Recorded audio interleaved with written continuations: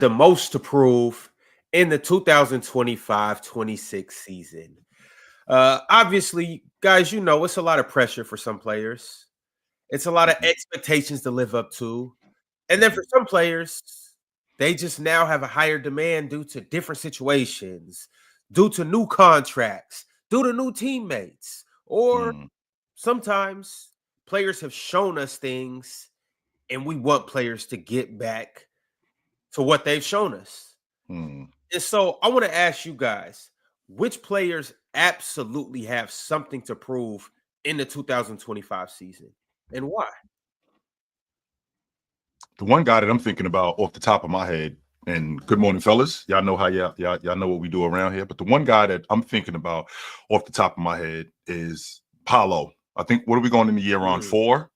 Are we going in? Is year 3? Yeah, or it's 4. It's 4. Yeah. So we're going in. So we're going into year 4, and this is around the time when especially young players, they start to turn into who they are, and we're waiting on that transition from Paolo. Last year, going into the season, there was a lot of expectation from Paolo, considering what we had seen in the playoffs. He had ran out of gas, but I clearly saw that the potential was there, and I was really looking forward to what Paolo could be the next season. Well, here we are. He ended up getting hurt, and they ended up underperforming. I think he averaged something like 29 and 9 after the All-Star break. This season right here, I think one of the main things that he has to prove is he can hold up and he can stay healthy this season. I mean, I think in the past he's shown that he can do that, but I think this season he has to be consistent with that. And if he can do that, I think that he can prove to the people that he's a bona fide top 15 player, maybe even a top 10 player.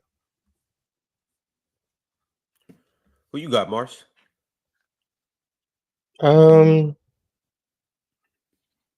And by the way, Chill, I think Paolo's a good answer as well. Yeah. Mars, when you're thinking about guys who have something to prove, what I want you, because Mars, you use your think box, right? So think about guys who aren't already established. Think about guys who are getting established. Like KD doesn't have anything to prove. We've seen this movie with KD before, right? We've seen KD. Chill. You can't say that with runaround. I don't know.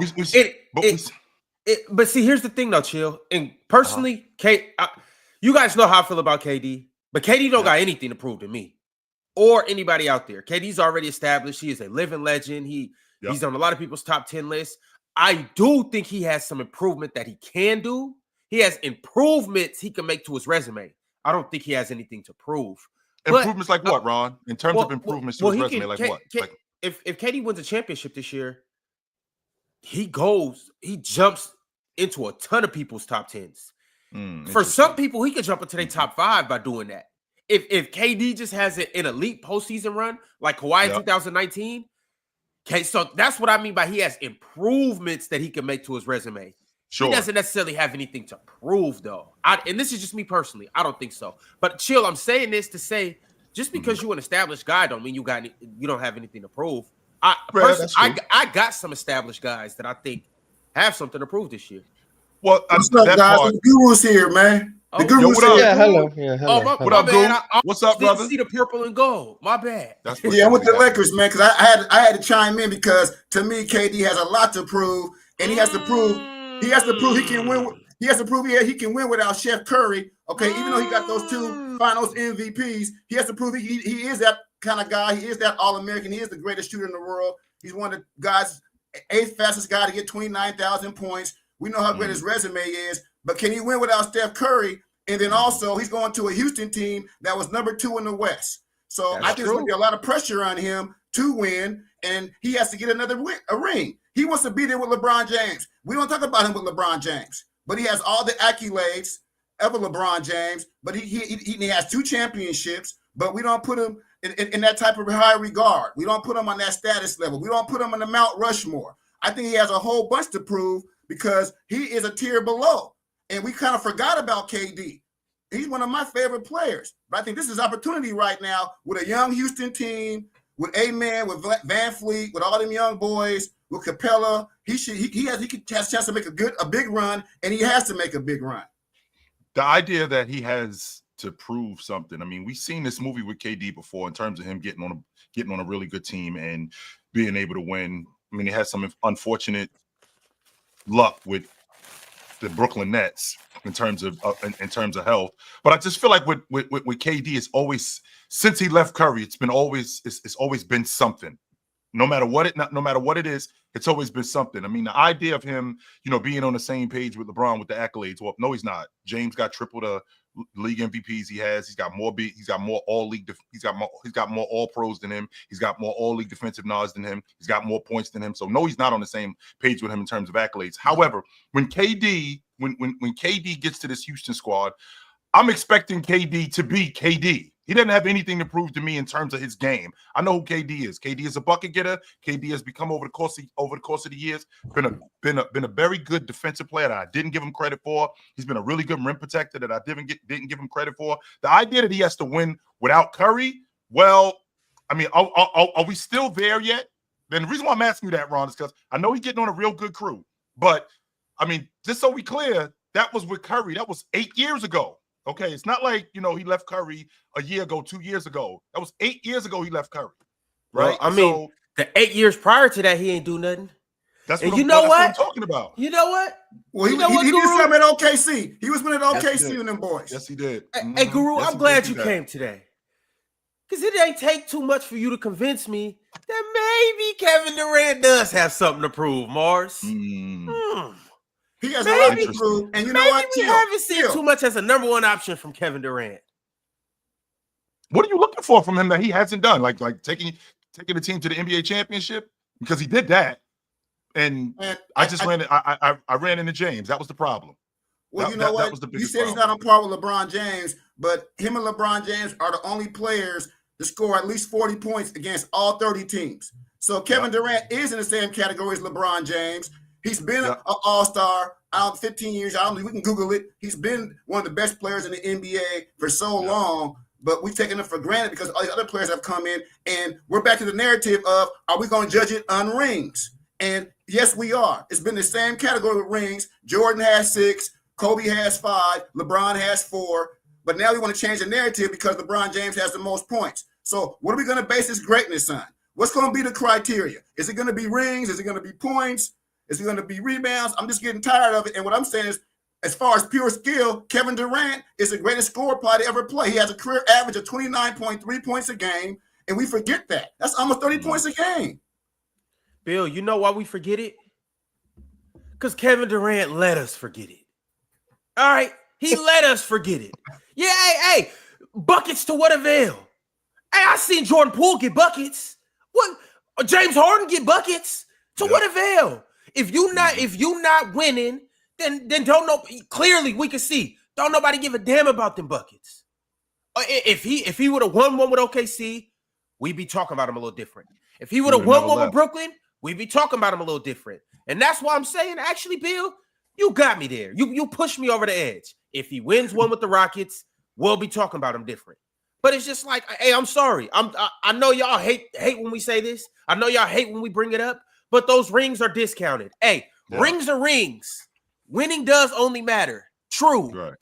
But I'm sorry, KD. Your 2 rings, they're not as valuable as a Kawhi 2019 championship.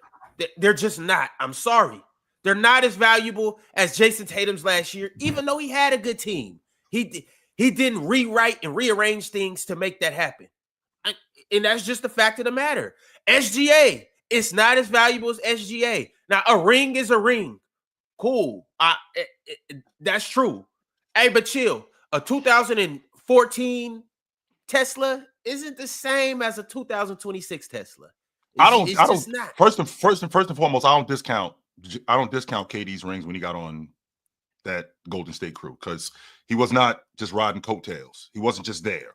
He balled out. And don't get me wrong, it's a lot less difficult. It was a lot of coattails over there, though, Chill. And guess what? It was about 4 or 5 different Hall of Fame coattails over there. And the reason why they did what they did, because he did what he did. Like, if he doesn't do what he's doing, they're not winning.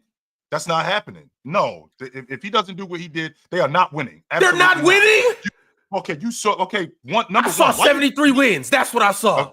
I saw a unanimous champion.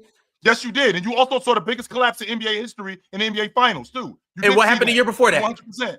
What happened the year before that? They I ended up winning the NBA saw what because of injury. Right. They won the NBA championship because of injury. Sure, that did happen, but they did win. No doubt about it. They won the NBA championship. So we gonna just say when they lose is the biggest collapse, and when they win is because of injury. Okay.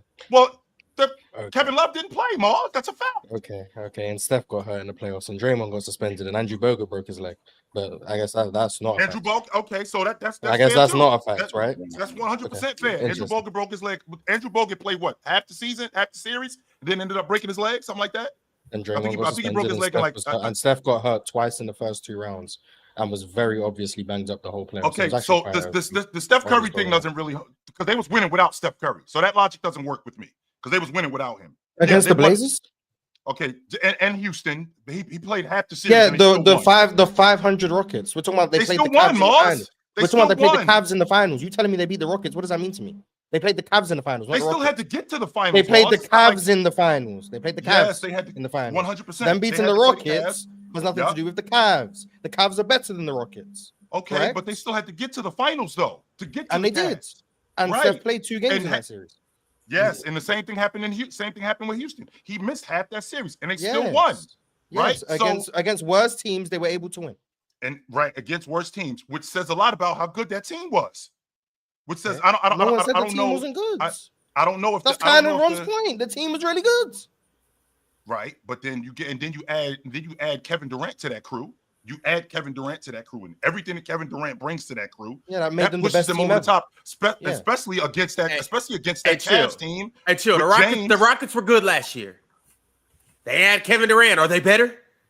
They are better. Yes, they are better. 100%, they are. All right, you get better when you add Kevin Durant. Like that's not a. That doesn't mean you weren't good before.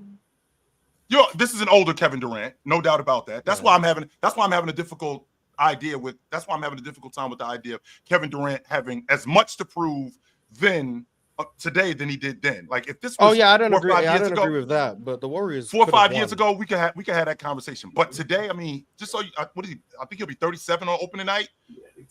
I mean, I feel like Kevin Durant is who he is, and he's been. I mean, you know what? We're talking about Houston. They were 52 and 30 last year. I mean, they were second. They were second in the West. I mean, we forget how great Houston played. One of the top 5 best teams in the NBA. All right, one of the best teams in the NBA. But Kevin Durant, he's proved he can score. He has all the stats. I think you guys are missing it. He wants to be Mount Rushmore. So in his mind, he does have something to prove. Yep. So why are we giving him a pass? You have all these accolades, you have all this skill, and now you have been so great. We know how great you are, but we're tired of your greatness. I'm tired of your potential. I'm tired of you showing everybody your great skills and your mid-range jumper. You're 7 foot. You got a nice fadeaway. I want to see it come to fruition. That's how I feel. I'm tired of it because you have all this skill and you keep letting me down. You keep letting me down. After all of the years that he's done what he's done, and now we are here at this advanced age, you still holding him to the same standard you held him to 5 years ago? You still holding him to the Yes, we hold LeBron James to them standards. We hold all the great players to them standards. Okay. When they have to win rings, he's still playing at a high level. He averaged 26 points a game last year. He played 60 games. He got hurt. See, KD got hurt last year. He hurt his ankle. Remember, he missed the remainder of the season. And so now he's ready to go, bro. Like he's been having something to prove. And so he's always gonna. So just like LeBron James, he's always gonna be at this space. Always at 37 until he retires. Whatever team he's on, he's always going to have something to prove in terms of championship level play. That's what it sounds like to me.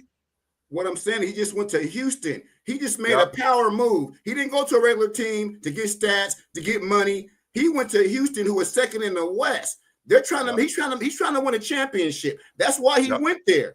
And I think he only went there because he has something to prove. He's going to put everything he has into it. And what I'm saying is he doesn't get any more passes from me. He wants to be great. He's mad at everybody who's critiquing him. He's on social media watching everybody saying about him. He's a very sensitive guy. And I want to see him win like he's supposed to. I want to see him. So is this championship a bust this year, Guru? So if they don't win the championship, are we putting this on KD? It has to be. Yes, it is on KD. Yes, you are the all-star. You are the closer. You are one of the best players in the NBA. He's a career average 29 points a game, 7 rebounds, 6 assists. I mean, this guy is great. He's 7 feet. I mean, let's get out of here. I mean, we want to see it. Okay, number one, Guru, he doesn't average 29 a game for his career. He averaged 29 in the playoffs. He averaged 27 a game for his career. That's number one. Number two, we've seen him do it, right? we've seen him do it. With him doing that, he's jumping on this Rockets team, which had one of the worst offenses in the league. I could get with your logic if this was, and again, I'm not giving KD a pass because I think he's absolutely what they need in terms of a bucket getter. They didn't have that consistent bucket getter that they have now. Now, is that going to make them better offensively? I think so. Them winning the NBA championship, though, with the guys that they have, adding Kevin Durant. So Kevin Durant is the difference. I could get with that logic, Guru, maybe 4 or 5 years ago. Today, I got to see it. I do. I have to see it. I'm not sure that I'm there with them winning the NBA championship today with Kevin Durant as the difference. I could get with that 4 or 5 years ago. Nah, not today. I got to see it. Because I don't see KD like you see KD. I don't see KD like you see KD today. Like you're right. And I want to make it clear that I want Houston to get more credit. The Houston Rockets were number 2 in the West, and I think I think we're just sneezing at that. We're talking about a West loaded with Denver, with Minnesota, with all these great teams, with the Lakers, and they were in second place. And I think we got to give them some more respect. And I think that was largely due to their defense. Like, they had one of the best defensive teams in the game. I'm on record saying it. I'll say it again. I got Embiid Thompson winning Defensive Player of the Year this year. I'm on record saying that. I think they're going to be one of the better defensive teams in the game again. The question is the offensive load that's going to be the scoring load that's going to be on KD this season, especially considering his advanced age. Is it going to be too much for him? Is he going to be able to handle it?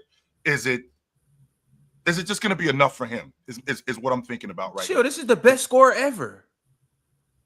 He's one of the best scorers ever. But don't look at me like that, Morris. That's what y'all tell me. He's the best scorer ever. He's one of them. One of them, for sure. Who up here has told you he's the best? What do you mean, who's told me? Who up here has told you he's the best? You never heard me say that, Ron. Never. You never heard me say that. It's a million people in the chat. It's not just us that I'm talking to. Mars said up here. Just up here, Ron. Who up here have you heard say KD is the best scorer ever? Because you never heard me say that. Okay. Mars? Is he top 5 for you guys? And that's being generous. Okay. Absolutely. That's a top 5 scorer ever. Okay, there you go. Okay. He's top 3 to me. He's top 3 to me. That's me as well. He's top 3 to me as well. You have the best defense in the NBA second. Top 5. All right, top 5. Yeah. Mm-hmm. I'm chill. Jalen Green was able to do it last year. Yes, he was. We can all agree that he's going to get 22 more efficiently than Jalen Green, in better ways than Jalen Green, and he's just a better scorer than Jalen Green. Does Ops agree? Hey, this is a dream destination for KD. Other than like obviously going back to Golden State or like going to the Mavs. Going back to OKC would have been perfect. Yeah, in that too. But I'm saying like it's nothing else he can ask for. You got young guns over there. He got championship pedigree for Fred VanVleet. He got a good coach. With him having young guns though, Ron, I mean, are they there yet? That's the $1 million question. And we've always had the question of KD's leadership, right? So with KD's leadership, is his leadership enough to get these young guys to the next level? Because we've seen KD, one as a bucket getter. We've seen KD as a player. But in terms of leadership, is his leadership there? Is it going to be enough?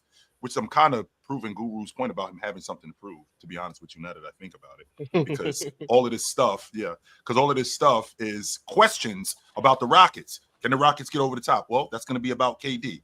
Are the Rockets going to be able to be a better offensive team? Well, that's about KD. So I just feel like with KD,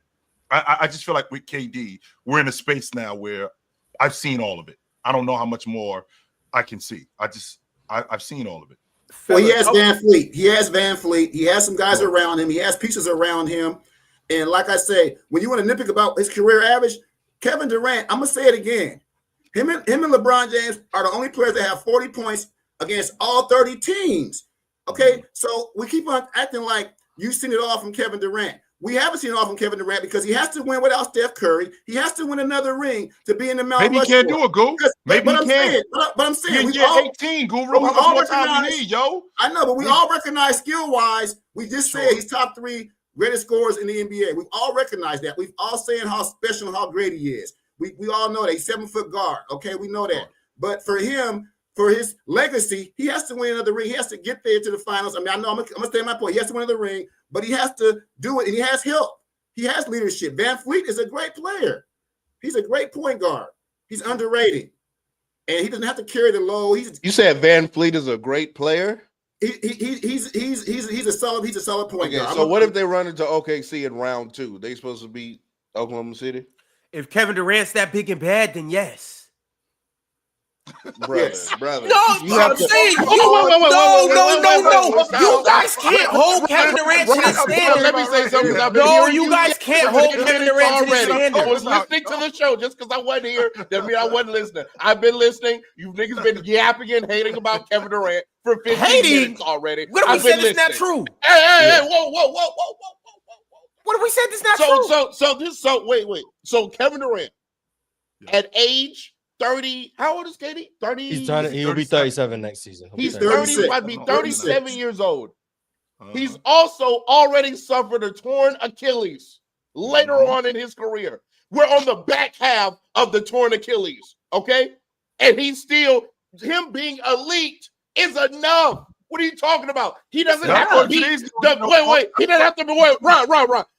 Kevin Durant at 37 does not have to be arguably the greatest defense ever to prove some kind of point to brain dead people. I'm sorry that no, he didn't. He wasn't able to do it without Steph. But anybody with a brain and 2 eyes can clearly see that Kevin Durant during his prime was a good enough player to be your number 1 on a championship team. God damn it, he did. He almost did it at 22 years old. Anybody with a brain knows that. So the fact that you're trying to pull off this goddamn thing, he has to do with that Steph Curry. Use your brain. Do you honestly, Ron? You don't think that? Wait. Stop. You don't think without Steph Curry, Kevin Durant, honestly, you don't think he can win a championship as a number 1?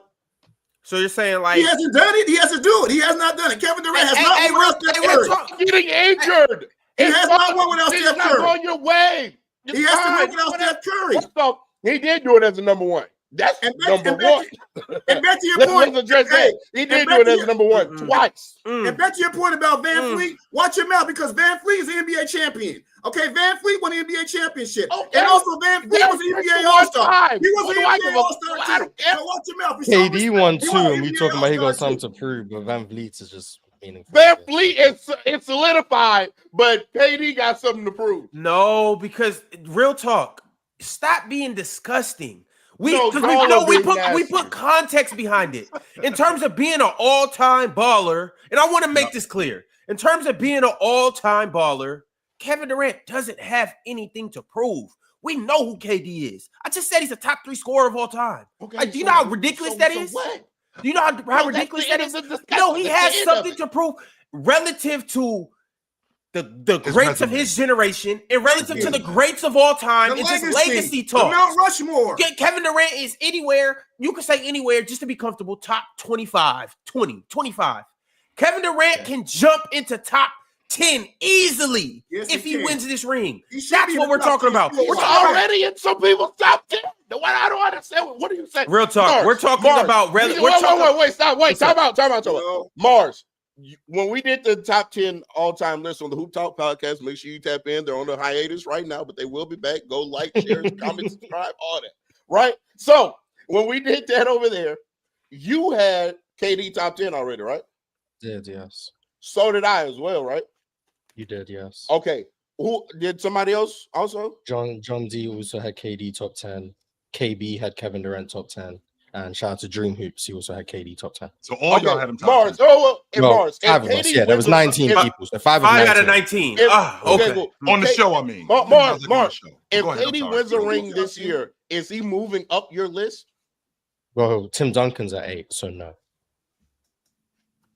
Sound like Tim Duncan, the gatekeeper. Right there. He's already top 10. I don't have KD. Bro, whatever KD and LeBron and Steph, I'll throw him in there as well.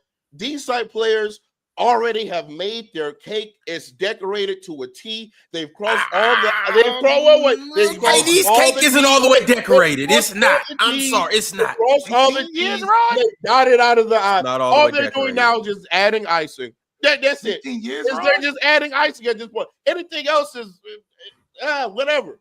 Bro, I'm not looking for Katie to prove something to me at 37 years old. What are we doing? You missed the initial show, and that was at Bron as well. He's going to Houston. He's going to Houston. Listen, he's going to Houston. They're number 2 in the West, and we're not giving them any respect. Okay, Houston should have been. They should have went further in the playoffs. They were 52-30. Okay, Houston has a great team, and so now he's at Houston. So Houston now is supposed to go farther in the playoffs. They were second in the West last year. So what do we expect? What are we expecting Houston to do this year? What's the expectation? Wait. Let me get some clarification because you keep talking about the regular season.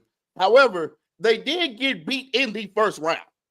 So I want to ask you and Ron. If they go to the second round, that's already them doing better than the previous year that you said they are already really good, correct? Correct. They are really good. Accomplished. Yeah, but now they have Kevin Durant. If they go another round, they've already achieved more with Kevin Durant than they have without Kevin Durant. So mission accomplished. But what does that do for Kevin Durant? It might do. No, real talk. No, because we acknowledge that they're better this year than they were last year because last year they had Jalen Green. This year they have Kevin Durant. You acknowledge that the West is better this year than it was. Yeah, absolutely. But significantly better, by the way, Mars. Yeah, not just better, very significantly better. vocal about. So yeah, absolutely. By the way, but I mean that doesn't mean that they can't still be the number 2 seed and still play a subpar team in the first round. That's fine. I agree. That doesn't mean they won't be. Over Kawhi in the chat, Ox. Okay, because your guy does have something to prove. How about that? Keep Kawhi over Kawhi in the chat. We don't care. The only point I'm ultimately making is I guarantee if we were to ask Kevin Durant, do you believe you can win with this team? He would say yes. Sure. Do you believe you're still a top 10 player? He would say yes. Are you one of the best scorers in the NBA? He would say yes. So Kevin Durant believes he can win with this team. Yep. All of us. I'm not saying it's out of the realm of possibility. I'm not saying that, but I'm also not saying though that he has to do it to prove some kind of point. No, he doesn't have a point. I'm not saying, hey, I didn't come up here and put Kevin Durant on my prove it list. But do I believe that he can prove something? I said that he has improvements to make in the all-time rankings. I don't necessarily think he has anything to prove, but if he were to reel off a ring, if he were to go crazy, shit, even if Kevin Durant was to make a finals run, I would respect Kevin Durant's legacy a little bit more. And that's just me, though. That's just even me. though he already did that before. By the way, but yeah, my question to you, Guru, is there a point when you got a player who does something and you're good at that point? Anything that they do after that is just extra. Is there a point that when a player does that, that's where you are with them? When he's retired, and Kevin Durant's not retired, and he has something to prove. And he has something to prove right now because he didn't make the playoffs last year. What about the year before? Year before that, he has all this talent. He had Devin Booker. He's in Phoenix. He didn't make the playoffs, so everybody's laughing at him because now we got Luka. Now we got Greek Freak. Now we got Joker. Now we got Anthony Edwards. Now we got SGA. Nobody's talking about you, and so you think he's feeling good about that? You think his ego's good with that? But we're talking about him being a top 10 player of all time. I don't know. I was trying to do my list last night, and Tim Duncan has to be in there. So how can he even be in the top 10 unless he wins another championship? He has to win another championship, and we are wondering if your talent is going to translate to winnings, and it hasn't translated to championships. He only has 2, and he got it with Steph Curry. Can he win without him? You guys said the same thing about my Kobe Bryant. I do want to ask you. So your criteria. So your criteria of player is you factor in accolades and championships and stuff. We have to. He has to. Oh, okay. Well, then if that's what we have to. We have to. Real talk. Yeah, you have to. I guess. Yeah. I mean, for you, then he would move up. Absolutely. Mm-hmm. Ron, would KD move into your top 10 if he won? It will get strong consideration. I can't just definitively say yes, but you guys see, I just moved Steph Curry into it. I had to rearrange some things. And that's just why I was rethink about asking. some So things. would he just go above Steph Steph? Curry has to be in there. Yeah. Potentially. So why wouldn't he? If you just told me about he might even move to 11. He might not move. I don't have KD in my top 15. So he might move to 11. But he's gonna move up my list. That's the point I'm making. He's gonna move up my list. You have better than KD? There's 15 players better than Kevin Durant. Mars has my top 10. Who are the 15 you have better than Kevin Durant? Players better than Kevin Durant. Mars has my top 10. And then after that 10, you got to respect some legends, who won rings as number one options and dominated their eras. They weren't the third best player of their era, potentially fourth. Shout out to James Harden. Jerry West, a guy who you love. The one who won next to Wilt Chamberlain? That one? Yep. Watch Wilt Chamberlain. Watch Wilt Chamberlain. The one who was the Finals MVP, Wilt Chamberlain? Great point. No, the one who was Finals MVP in a losing effort. Second in league MVP votes too, by the way. Okay. But you got to get there to be a Finals MVP. I'll be praising losing. So Jerry won something that year. He won something that year. Jerry didn't even win his Finals MVP with Wilt. No, when they lost, he won the Finals MVP. When they won, Wilt won the Finals MVP. It was Wilt. Mm-hmm. But that's fine. Jerry West Finals MVPs, and the Curry fans are still bitching. So Jerry West with less rings and less Finals MVPs. Can he win and more dominance in his era? No, I'm just making sure I'm on the same because Jerry West. You're the same person who doesn't have Bill Russell top 10 battle. But so Jerry West with less accolades, less championships, less Finals MVPs is over Kevin Durant.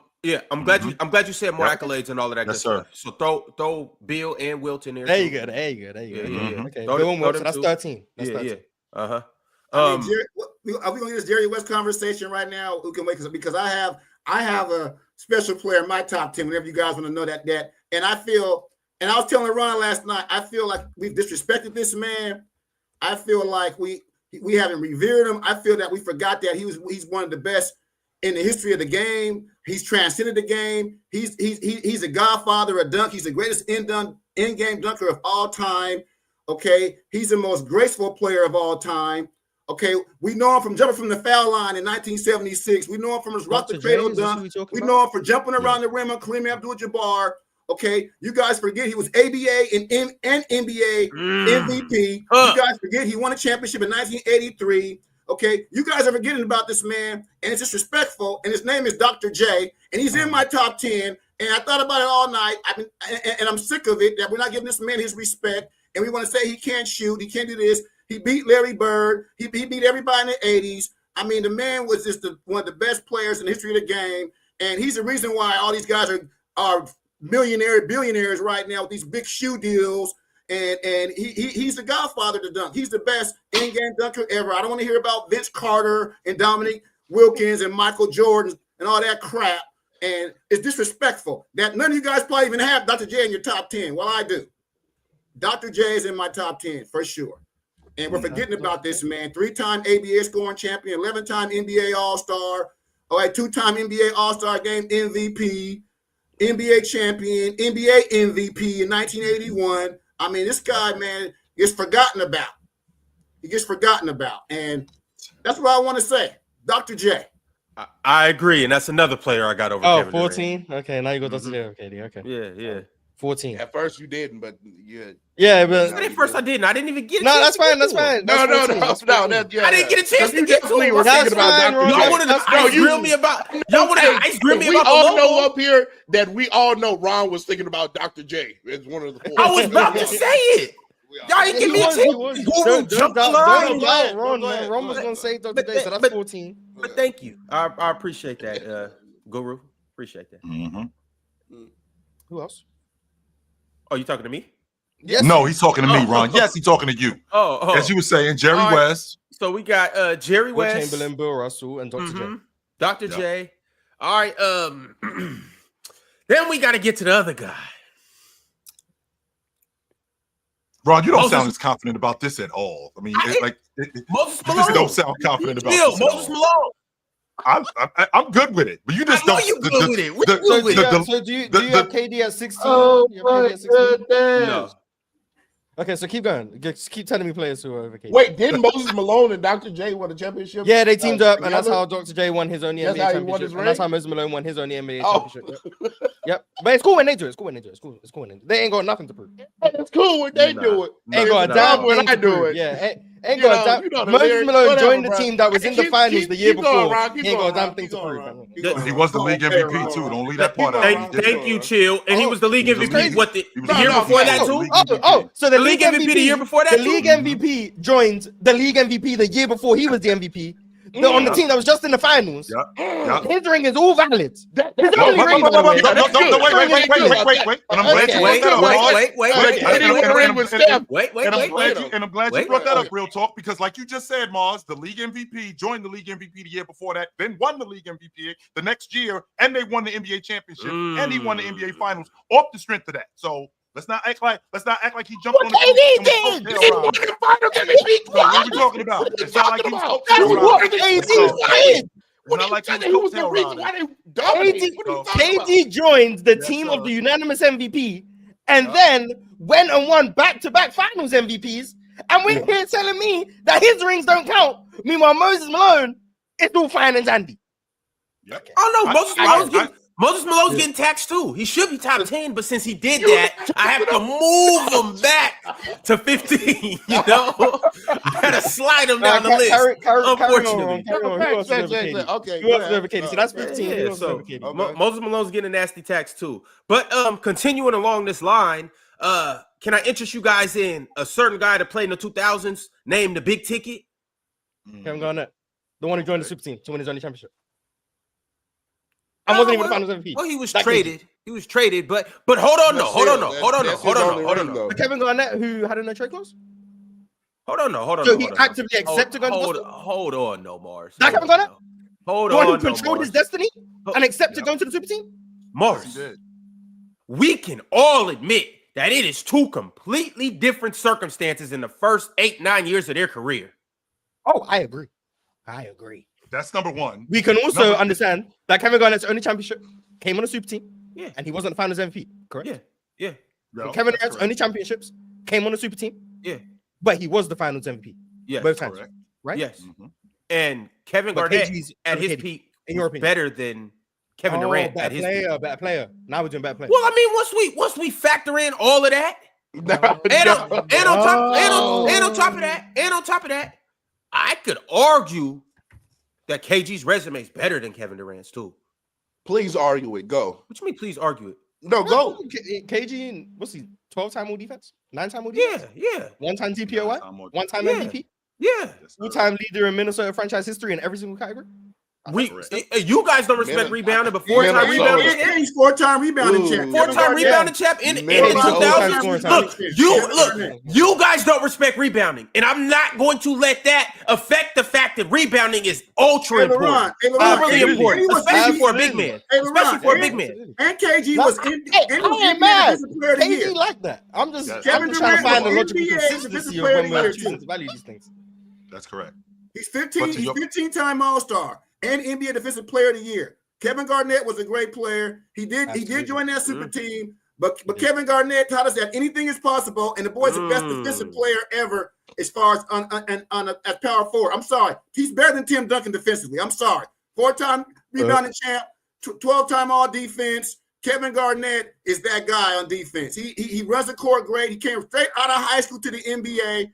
I mean, 15-time All-Star. Kevin Garnett has to be in that conversation to be in the top 10. He does. He definitely in that conversation. But wait, are you saying, does KD, do you have an argument to be in top 10? KD, yeah, definitely. KD should definitely be. He can be in top 10. Oh, okay. Okay. So KG 16. Everybody I've said has an argument to be top 10. By the way, KG 16. Mars, I know you say there's 12 people. Getting KG into the top 10 for me is I think there's 16, 17 people I could argue to be top 10. But 17, who else is above KD? So we got KG. I don't think I could get KG in there for me personally. Yeah, but you think Giannis is better than KG, so we're different in our evaluation. All right, moving along. Oh, okay. So KD's at 17. Okay, KD's at 17. No. It's one more guy.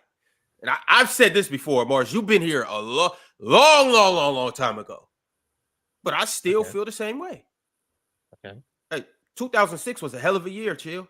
Oh, D Wade. Oh, okay. 2006 was a hell of a year, and so was If you 2011. would have said him earlier, And so was 2009. Okay. So D Wade. So KG's 18. KD's 18. I mean,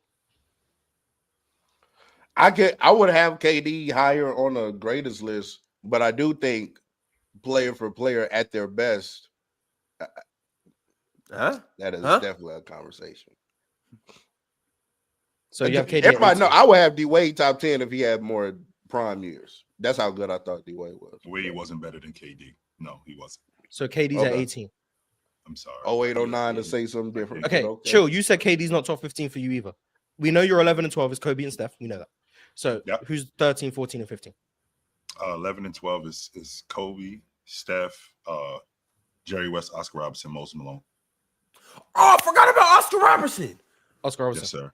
Is better than Kevin Yes, Durant. sir. And Yes. he won his ring with who? The Mars? one who won the championship with Kareem. Right. Yes, he did. Mm-hmm. Better than Kevin Durant. 100%. Mm-hmm. Yes, And who won sir. the finals MVP? Jabbar did. Right. Mhm. Okay. Yeah. Jabbar was better. Mm-hmm. No, absolutely. Yeah, Obviously. Jabbar was better. He was younger. Yes. Mhm. Yeah. And it's not just because he won the Finals MVP. Jabbar was better at that time. So can I get this straight? Right. Those you have two things were not. You have Kobe Bryant number 12. He's not in your top 10. 11. He's about 11. 11. So how is he not in your top 10 when he's 5-time NBA brother. champ, when he's 18-time NBA All-Star, when he's Hey, put him in the when he's big 11-time screen, All right? NBA first team, Uh-oh. when he's 12-time Yeah, on the let's All go. Defensive team, he's 2-time NBA scoring champ, when he's NBA slam dunk champion, when he's 81 points in one game, he's had 5 straight 50-point games, 14 straight 40-point games. He Yep. had 12 threes in one game. He has 2 gold Okay. medals. He has the NBA all-time record, 37 game-winning shots in NBA history. And you want to say he's not in your top 10? Are you Yep. crazy? Are you No, I'm not crazy? He's crazy. in your top 10. So Are you serious about this? So everything that you just said, because like you just talked about buckets, why is he not ahead of Chamberlain? Just Chamberlain alone. Wilt Chamberlain's in my top 5. And Kobe Bryant's in my Chamberlain top alone. 5. Yeah. Yes, they're 1 and 2. They're up there in my top 5. Kobe's my number 1 player in history of the game. Okay, he's number 1 player in the history of the game because they said he couldn't win without Shaq. He won 2 more without Shaq, with Pau Gasol, with Smush Parker, with Kwame Brown, all these scrubs. He never had an all-star team like LeBron James, having Wade and Bosh and Kyrie. He never got a chance to handpick his team. And Anthony Davis. And then Magic Johnson. And Luka. Magic Johnson called him the Laker all-time player, best player ever. This is Magic Johnson talking now, that Kobe Bryant's the best Laker ever. He did the most with less, but he's not in your top 10. Okay, never mind your top 5. Your top 10?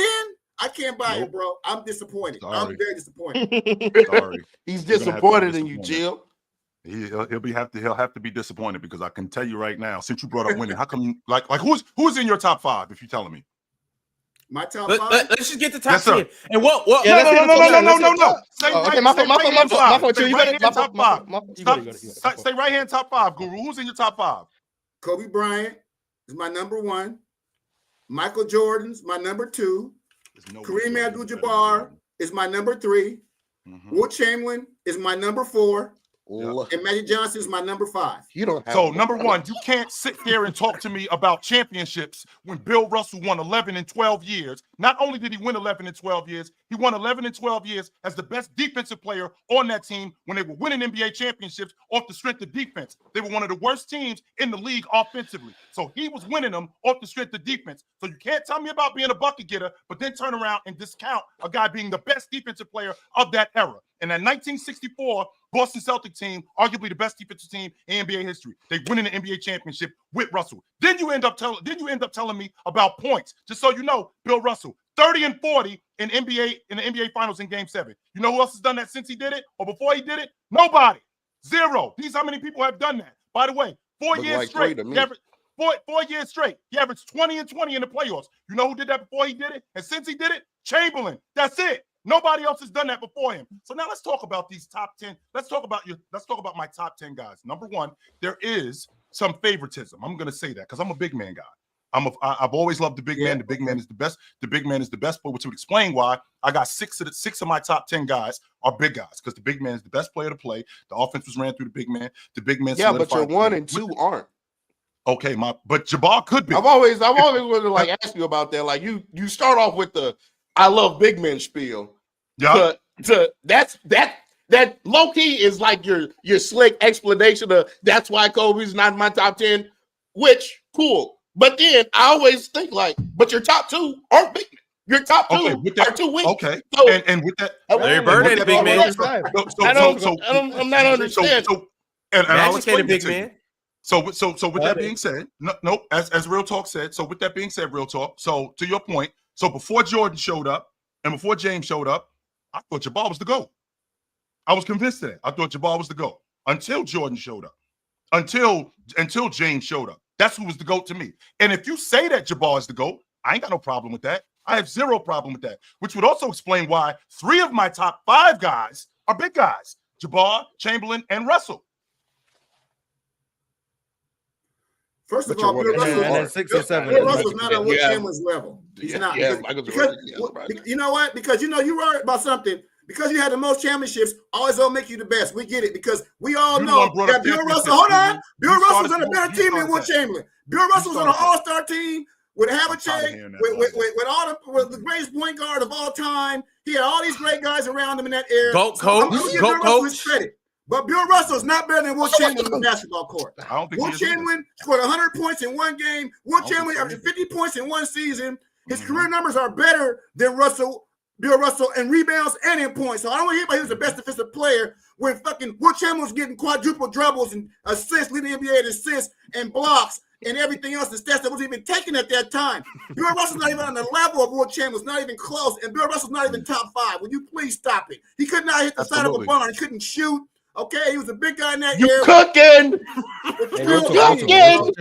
Chill out. This ain't our conversation. This ain't our debate. Chill out. He's not in his level. He's not. That's just not true. I mean, if you look at what Bill Russell did with that offense, even though it wasn't very good, Bill Russell could knock down the mid-range. He did knock down the elbow jump shot. He was great in transition, so he 100% could score. He was a glass cleaner. I ain't arguing that he wasn't better than Chamberlain. I think there's a gap between him and Chamberlain in terms of them being players. I think Chamberlain was much better than him. I'm not going to argue that, but I do have them right. I do have them right behind each other. Now, as far as you know, Chamberlain scoring 100 points. This is what I'm talking about, Guru. Like when you bring up Chamberlain doing this stuff, when you bring up championships, that's the first thing you bring up with Kobe Bryant. You bring up championships, but you don't say Bill Russell. That's the first thing you bring up. And you're talking about being on the All-Star team. Isn't this what you were talking about? Yeah, Bill Russell is the pawn in the game. Yeah, it's the championship but that needs to be argued. He used to grow up like all the NBA teams. Then you talk about Bill Russell being on the All-Star team. Just so you know, Oscar Robertson didn't play for the Celtics. Jerry West wasn't on the Celtics. Played with Kareem though. Chamberlain didn't play for the Celtics. Willis Reed didn't play for the Celtics. Wayne Embry didn't play for the Celtics. All of these guys, I mean, they had good players. I mean, they had 9 Hall of Famers. Do you really care about K.C. Jones? Are we being honest right now? K.C. Jones being in the Hall of Fame. Right, Sam Jones, one of the best 2 guards, no doubt about it. But Satch Page, really? Satch Sanders, that's what we doing? I mean, these guys were great players, but that team was powered by Bill Russell. Because before Bill Russell gets on that crew, they're routinely getting bounced. Bob Pettit didn't play for the Celtics. Bob Pettit was not on the Celtics. So the idea that they had all the talent, no, they didn't. And I will relent. I will step back because you know what? You are right. Just like I said about Dr. J, we got to give Bill Russell more respect. I mean, 11 championships. I mean, that's ridiculous. I mean, the man has to get 12 years, by the way. I can't just throw. I can't. 180 and 25. Yeah, because the ball knowledge came through. The ball knowledge came. Now we cooking. Now we. What I'm saying is, he's right. I got to be honest about something. The man has 11 championships. Okay. He has 11 championships. I'm 5 and I can't just discard him. I can't discard him. He has 11 championships. Okay, but he's not on my top 5. A compelling argument, brother. You're right. You know what? You have a great argument. But back to Kobe at 11. Back to Kobe at 11. Now that we've given Bill Russell his rightful respect. Yes, sir. We can yes, sir. Back to Kobe at 11 if we could. That's where I am in the top 5, and then I'm already on record saying I got Magic at 6, Bird at 7, Duncan at 8, Olajuwon at 9, and Shaq at 10. Olajuwon, that's it. I thought about Olajuwon. I noticed you didn't have Steph Curry in there, and for me, I thought about players who revolutionized the game of basketball, who transcended the game of basketball. Everybody's shooting 3-point shots. I mean, Steph Curry is one of the greatest 3-point shooters of all time. And you have Ray Allen and you have Reggie Miller. Off the dribble, he's the best. Steph Curry, hands down, 3-point shooter. Catch and shoot, we can argue. There were some great ones. Steph Curry with them 4 championships. I mean, Steph Curry has to be in my top 10 just because of how great he is, man, and what he's done for the game. Which I don't have a problem with that. If you got if you got Curry anywhere, like I talked about with Brian, if you told me that you got Brian at 7, I'm cool with that. If you got Curry at 8, I mean, I have a different. I don't think he was better than Olajuwon. I don't think he was better than Shaq. I don't think he was better than Duncan. I just don't. Yo, Mars, where you got Kobe again? 6. Real talk. Where you got Kobe again? 3. Ron, where you got Kobe again? 3. Guru, where you got Kobe again? 1. So chill, you're not cool with nobody up here. You can't convince me he's the best player ever. No. Mars said 6. You said at 7, chill. You could get with that. Mars got him at 6. Real talk got him at 3. I got him at 3. Guru got him at 1. Mars and I could actually sit down and talk. Me and Real Talk, I'm going to another place to eat.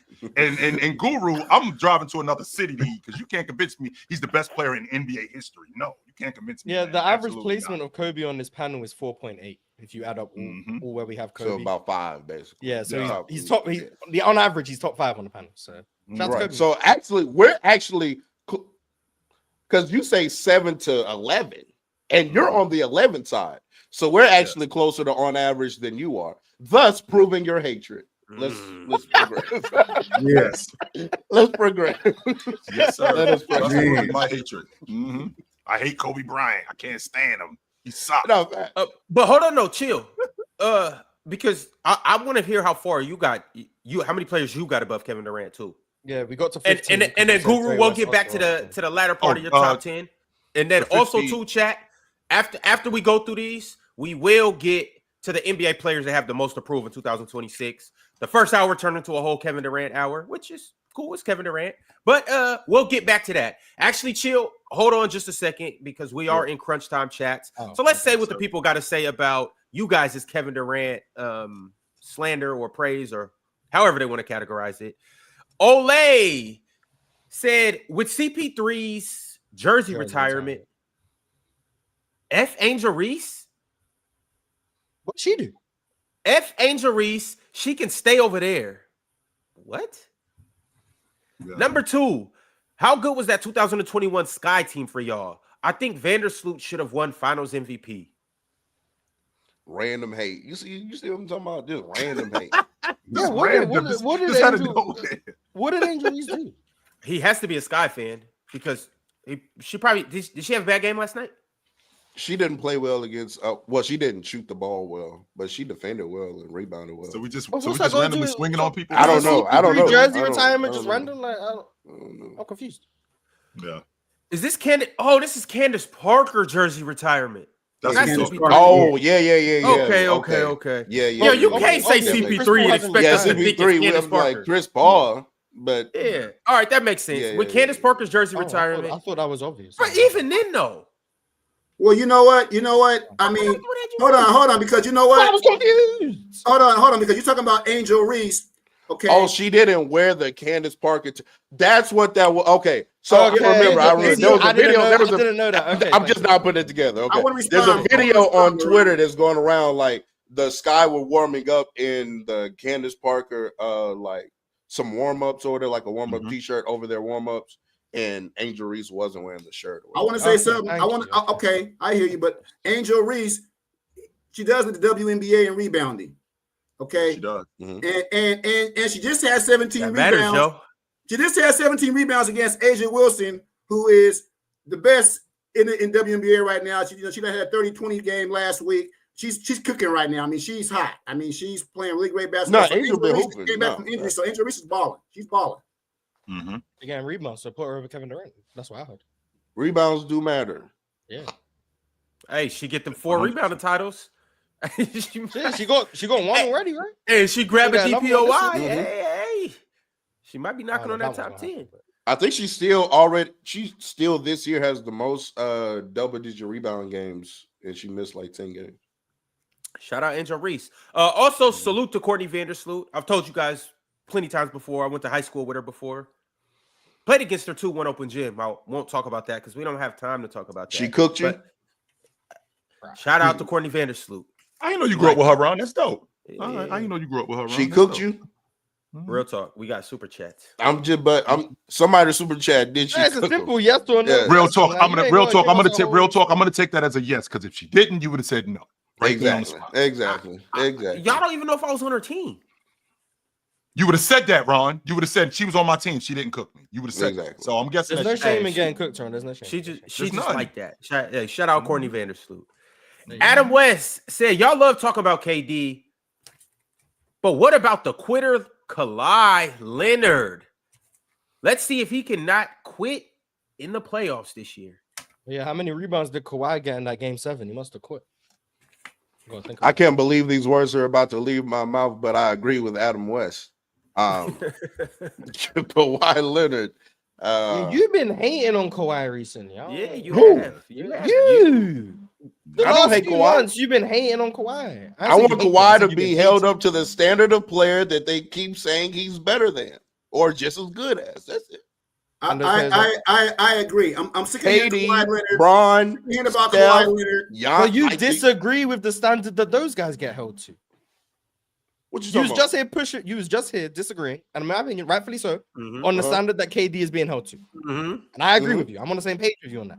But then you're asking for Kawhi to get treated at that standard when, by your own admission, you don't think it's fair. But I'm not the consensus. So now we gonna hold you up to your standard. Real talk. Wait, whoa. Why are you gonna do what you think is wrong?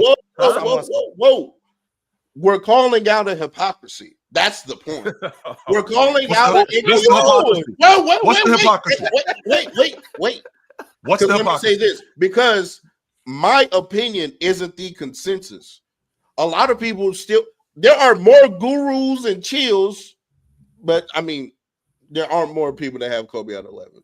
But now you get my point. Well, actually, there's a part of it. But there are people that really do care about the championships and all of that. And because Kawhi did go over there in 19, right, and do what he did, had a great playoff run, they then thrusted him into convos with people like LeBron and KD and Steph and all these other players. And then they consistently say, when Kawhi's healthy, he's still top 5. Well, now I'm going to also hold him to the standard of a top 5 player if you believe that. So now if he doesn't, now you got egg on your face. But I'm going to sit back and tell you, I think you're wrong for holding him to that standard in the first place. But since you do, it is what it is. So you're just going to join them even though you think it's wrong? I mean, what are we talking? If we're going by your logic, because your logic, because Mars, I'm not going to let them use a logic to defame somebody that I like LeBron and stuff, and then not use it to defame the people that like what? They don't use it against the people they like, but want to use it against the people I like. No, we're going to use it against everybody. If that's the case, we're going to use it against everybody. Kawhi needs to be playing to a certain standard. 25 a game. Been hurt, though. He's been hurt. KD's been hurt. Yeah. And y'all were still up here talking about how KD got something to prove. And KD's top 10. Kawhi's not. I'm frustrated with Kawhi Leonard not playing. He's always hurt. Wait. Ron, because when you did that 2000s list about KD not being top 10, Kawhi was a player you said was better. So you think Kawhi is better than KD? Which, by the way, Guru. Which by the way, Guru. McGrady. One don't know what he thinks. What happens? My fault, Guru. Go ahead, Guru. Which, by the way, Guru. Which, by the way, if the Clippers end up winning the NBA championship this year and Kawhi Leonard balls out, I'm telling y'all dudes, this conversation of Kawhi Leonard moving into the top 10 or the top 15, that's going to start. I promise you it will. I promise you. Well, I think, but I think we got to put in perspective, because Kawhi Leonard, we all know how great he was, right? He has 2 NBA championships. He's 2 times Finals MVP. He's one of the best two-way players in the game. He's been all defense 8 or 9 times, and I think he had put this expectation up high because he plays so great and he's been hurt. And we all been waiting to see what he's going to do. And he hasn't done nothing. You know what I'm saying? He's just, but in low management, his knees are hurting. He's always injured. I'm waiting to see it, bro. He's been a bust to me these last 5 years for the Clippers. He's been a bust. He hasn't done anything for the Clippers, bro. I mean, like we expected him to do. And so is he on that can't be in list? the top 10. He can't be in the top 15 and top 20. He can't be. He doesn't play. Championships have a tendency to, I'm telling y'all right now, championships, and you've already said it, Guru, about the championships. Championships have a tendency to sway people's opinions. I promise you, let the Philadelphia 76ers go on a road this year and Joel Embiid start balling and get busy in the playoffs and they end up winning the NBA championships. The Joel Embiid Shaq conversation is going to happen, which I'm not trying to hear right now. I want y'all to know that right now. Don't show up to work the next day. Don't show up to work the next day. Don't show up to work the next day. Take some time off. Take a week off. Take a week off. I'm tired because I'm not trying to hear that. But this is what championships. This is what winning does. Winning has a tendency to sway people's opinions and completely forget about what they've done in the past. It goes away, completely goes away. No, I agree. My thing is, of those great What players, happened with Dirk? But see, I'm glad you said that. Real talk, because Dirk lost. Oh yeah, go ahead. But real talk, of players like that, how many of these guys that are top 10, top 15, top 20-ish, even top 30, 40, when they won a championship that was important or one that they weren't supposed to win, how many of them just didn't ball out to the point where it doesn't affect your legacy in a big way? Like, and I keep saying this, when Dirk came through and won that championship in 2011, he went ballistic, which not only did we see him win a ring, but he won a ring on his merit, but based on his production. If Kevin Durant was to win a ring this year, it would be based on his merit and his production. Yeah. If Kawhi Leonard was to stomp through the playoffs, maybe not at the 2019 level, but if he was to go crazy, win Finals MVP, it would be because he balled out. So he would deserve all the praise and all the talk because once again, you marched through a crazy West and you won a ring and you got Finals MVP. But what you if have he to give him the love? But here's the thing, though. You're asking him to do that and win throughout like multitude of series in the playoff setting. But we have seen him in increments. Like, okay, the way he played against Milwaukee in 21. But at that point, it's like, if your team can't win, your team can't win. He could play to these levels that you're asking for and just not have the team to do it. I mean, we've seen LeBron do this several times. Like, I don't know. To me, all Kevin Durant has to do is play well and play like Kevin Durant, and then results vary depending Phoenix on Sun series. We're not tripping off of that. What Phoenix Sun series or against the against the Timberwolves. Yeah, I don't think KD was great in that series. But Boston Celtics series, we're not tripping off that. No, he was bad. Does. No, and that's what I'm saying though. Like that, so those aren't necessarily even black marks on KD. Like this is the first 2022 is a. But this is the first time y'all even heard. I've never brought these series up to not KD. Marshall, you've never heard me bring these series up. I have not.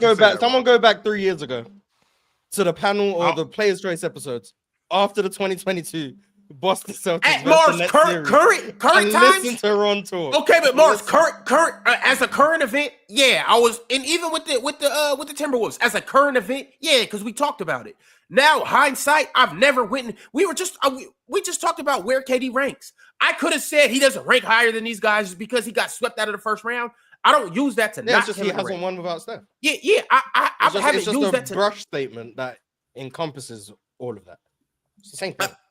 I'm saying that to say real talk. I don't care about the first round. Whether you can average 50 in the first round. If you lose, you lose. If you play bad in the first round, you lose. My thing is, I need you to get to the second round, and this is just me. I need you to get to the second round, third round, and get to that finals. But then what about the possibility that Jimmy Butler played that crazy against the Bucks in round one? You was up here glazing. Yeah, but I'm not. So when I rank Jimmy Butler, I don't go back and be like, man, he roasted Drew Holiday that year. Woo! In that first round, I'm moving him up my top. What? So how people bring up that? People bring up that Bucks series for Jimmy Butler. I'm not saying they don't. What are you I'm not talking saying they about? don't. I'm talking about for greatest me. playoffs in maybe one of the 10 greatest. Yeah, He was absolutely. crazy. Respectfully so. They can bring that up, but that gets referenced. Yeah, I'll be bringing that shit up to you. See how good Yeah, they that's what I'm that saying. series? What? They can. 8 seed against 1 seed? I don't think that moves you up an all-time ranking. No one series. Oh, all the greats got a series where they went crazy. I agree. One series doesn't move you up an all-time ranking, but I'm on that belief whether it's in the finals or the first round. It doesn't move me up. It's one series. It's 4-7 games. Like, And then also by your logic as well, how is Giannis still the best player to you? because losing in the first round doesn't matter. Being in the world.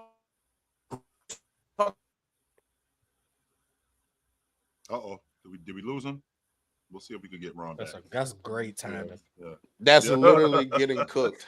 Oh my god, That's crazy. amazing timing. We'll see if we can get Ron back because that was a little wild right there. Sorry, ladies and gentlemen, we are experiencing some technical difficulties. Wait, hold on, Guru. We ain't get back to your top 10 because Yes, sir. you were at 5. Yeah. you were at 5. He said Kobe, MJ, Kareem, Wilt, Magic. I think. Mm-hmm. So we need 6 through 10. Now, Welcome back. yeah, 6 through 10. Okay. We're still waiting on a particular name, Guru. By the way, we're still waiting. On Yeah, we still waiting on KD for sure. Yeah, KD. Yeah. KD. Yeah. So we got 5. Who's the Okay. next 5? Who's the next 5? I got Dr. Wait, J say your 5 again. Say your first 5 again. Get him get his list out. Hold on. Let him get Kobe his list Bryant, out.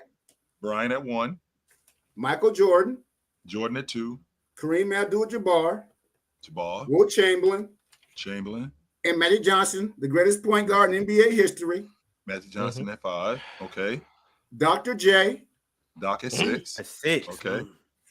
I got the King LeBron James at 7. James at Him and Ox locked in. Him and Ox Big locked in. Ox. Him and Ox locked in. I got Shaquille O'Neal at 8. Okay. 7. Shaq at 8. I got Steph Curry at 9. Steph Curry at 9. Nice. And I got Tim Duncan at 10. Tim Duncan at 10. I don't hate the list. Neither do I. And I love KD. You know, I love me some KD. I love my Jason Kidd. I can't put him over the big fundamental right now with his 5-time MVPs. It's all defensive teams. Yeah, Jason Kidd. And everything he's done for the game. I mean, he has a winning record against all the players, all the top players in the NBA. I don't have all the stats, but he has a winning record versus all the top players in the NBA except Shaquille O'Neal, who was 33-29 versus Tim Duncan. So I had to have Tim Duncan in my top 10. I mean, the man was just great. He's the greatest power forward to ever play the game. What's worse, Kobe at 11 or LeBron at 7? I was Because just I think LeBron at 7 is worse. I think LeBron at 7 is worse than Kobe at 11. Personally. Huh? I think LeBron has. I'll never agree with that. LeBron at 7.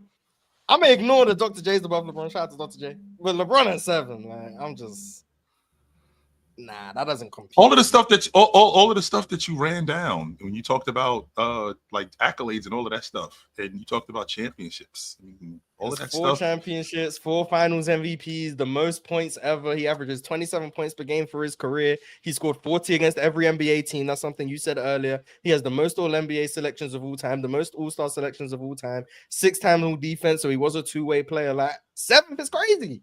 4 MVPs, like 7th is crazy. I think what for me being 4-7 in the NBA Finals kind of 4 and 6. Okay, 4 and 6. Well, he's a finals loser. Like he hasn't won enough for me in the finals. Like I mean, you got there. Will has 2 rings. Yeah, I get it. But when you get there, you got to win. I think for LeBron James to be in that Mount Rushmore, he has to have a winning record in the finals. And for me, he has to win a championship too. He has to win a championship. Will is 2 He and has 4. to win a 5th ring. Will Chamberlain is 2 and 4. To be up there with Kobe and Actually, this not even my fight. Yes, because that's see, you know what you guys are doing. What everybody did, they changed the criteria. Okay, because for Braun, Guru, for Braun, they changed it. Criteria for Will LeBron. Chamberlain is 2 and 4 in the finals. That's I'm 50%. He has a saying- losing record. But see, guess what? It used to be points because we used to be points. You ever had the most LeBron points? has more points than everyone. Because in the 80s, we don't even talk about George Iceman Gervin, who was 4-time leading scorer in the NBA in the 80s. It was all about points. And then we left points and started talking about championships. Who had the most championships? So everybody's joining super teams to win championships like Jordan. Everybody's coming together late. That's why Charles Barkley's mad at LeBron. He did it too late with Clyde Drexler. Them guys did it too late. They wanted to join super teams. They did it too late. But that's why the benchmark has to be championships. It has to be. If the benchmark was championship, Guru, wait a minute. Stop right there because stop right there, Mars. Because if the benchmark was championships, right, and this is where I'm talking about, Bron, we jumped the gun. If the benchmark was championships, why did we call Jordan the GOAT after he won a championship 3 times in a row when Jabbar had double that? When Bill Russell had 4 times that? Why did we call Jordan the GOAT at that point? Why did we do that? We jumped the gun. Why did we call Jordan the GOAT when Magic had 5 of them at that point? Why did we do that? The reason why we did that was because we jumped the gun on Jordan. We said that Jordan was something that he wasn't yet. If we was holding him to that standard of winning. If we was holding him to that standard of winning, he wasn't there yet. He wasn't what Jabbar was. He wasn't what Magic was yet. He wasn't what Bill Russell was yet. He wasn't what none of these dudes were yet. But we gave him the GOAT title off the strength of how he played and the fact that he won 3 in a row, and he wasn't what those dudes were yet. He wasn't. I mean, Jabbar was a 6-time league MVP. We told Jordan, you the GOAT. He only won the league MVP 3 times at that point. That's double. I mean, I hear what you're saying. You kind of change the narrative, but his whole body of work, Michael Jordan, he was 6 for 6 in the NBA Finals. He had 6 MVPs, so we can't question his greatness when it mattered the most. And he beat everybody. He beat Barkley. He beat Pat Ewing. He beat Reggie Miller. He beat Sean Kemp and Gary Payton. He beat Karl Malone and Stockton. He beat everybody in his era. Okay, as opposed to LeBron James getting up there and losing in the finals when it's his turn. You know, losing the people in the finals, right? Because can you name off the people? Very quickly, Guru. And again, this is not even really my fight for real. But just like you listed. Can you list off the people that not Michael Jordan, excuse me, LeBron James was losing to in the finals? Like, who did he play? I mean, off the top of my head, I mean, we know Curry beat him. Mm-hmm. He beat Curry. He beat Curry too, but go ahead. We know Curry beat him. Mm-hmm. Okay, and he beat Curry. And we know Tim Duncan made him shoot 30% from the field. That Tim Duncan and he beat Duncan too. Well, Tony Parker was actually the Finals MVP. Yeah. Yep, and he beat Duncan too. But keep going. Mm-hmm. He did. And who else? Keep going. He didn't beat Dirk. No, he didn't. He did not beat Dirk. We all know what that is. He did not beat Dirk. We all know what that was. That I think that goes without saying. We already know that he didn't beat him, right? So Kevin Durant beat him, correct? Kevin Durant beat him. Yeah, Kevin Durant beat him. You talking about for the? Yeah. And he beat Kevin Durant. So and keep going. Kawhi Leonard beat him. Yep. He beat Kawhi. He beat Leonard too. So everybody, with the exception of Dirk, everybody who beat him, he beat them. Everybody. Right, Mars, you saw how I threw that lob up there and children came. Playmaking. Right. Boom! Offense. I just Wilt Chamberlain is 2 and 4 in the finals, and he's in your top 4. Well, Wilt Chamberlain's dominance. I mean, we're gonna go back to his performances, and we're gonna go back to his stats, and we're gonna go back to Wilt Chamberlain getting 30,000 points faster than anybody else in the NBA history. Wilt Chamberlain got 30,000 points. Okay, faster than anybody in history. Now, what if Wilt Chamberlain would have played 6 more years? Okay, then his body of work is bigger. What we're doing is we're not gonna pick errors. You guys want to pick certain years. We're gonna pick the whole body of work.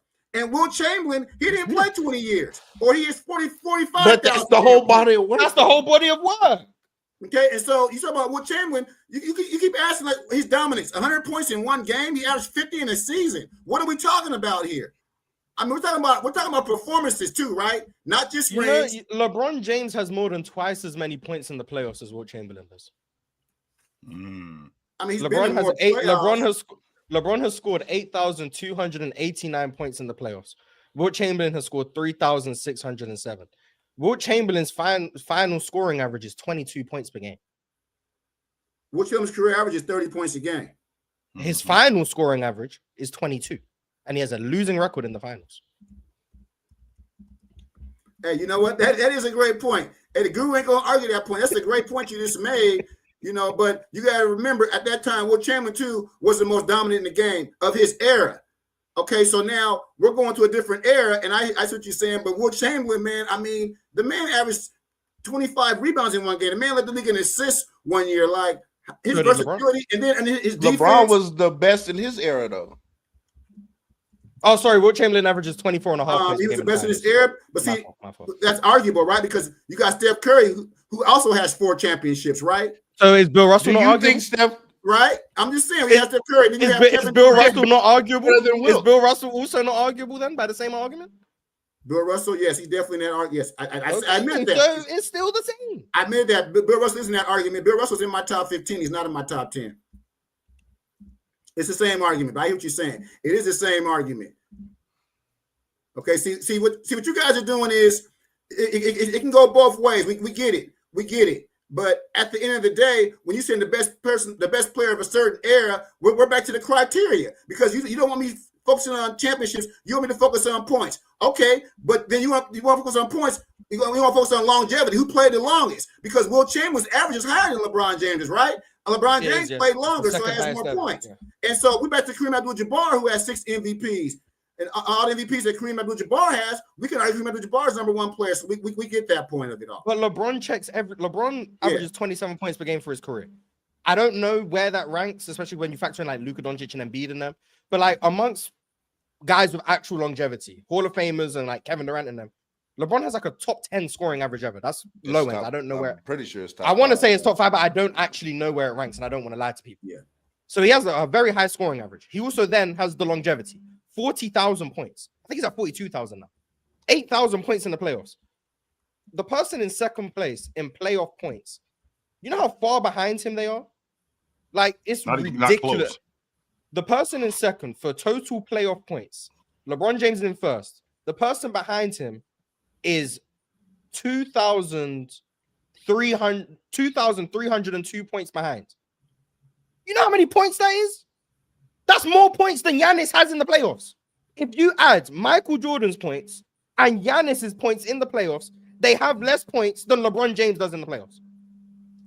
That's how much of a gap LeBron James has to number 2. He has 42,000 points in the regular season. He averages 27. He has 4 MVPs, which I think is the 3rd most ever when you have Kareem 1 with 6, Bill Russell and MJ have 5, LeBron has 4. I think that's 3rd most ever. He has 4 finals MVPs. That's the 2nd most ever, only behind MJ. You add all, he's 3rd with 4 full-time in assists. 4 full-time in assists. Mm-hmm. He's gonna catch Jason Kidd this year. Like, at some point, top 10 in steals. I wanted. He's checking every single box. He has 4 rings. That's more than Wilt. He has 4 finals MVPs.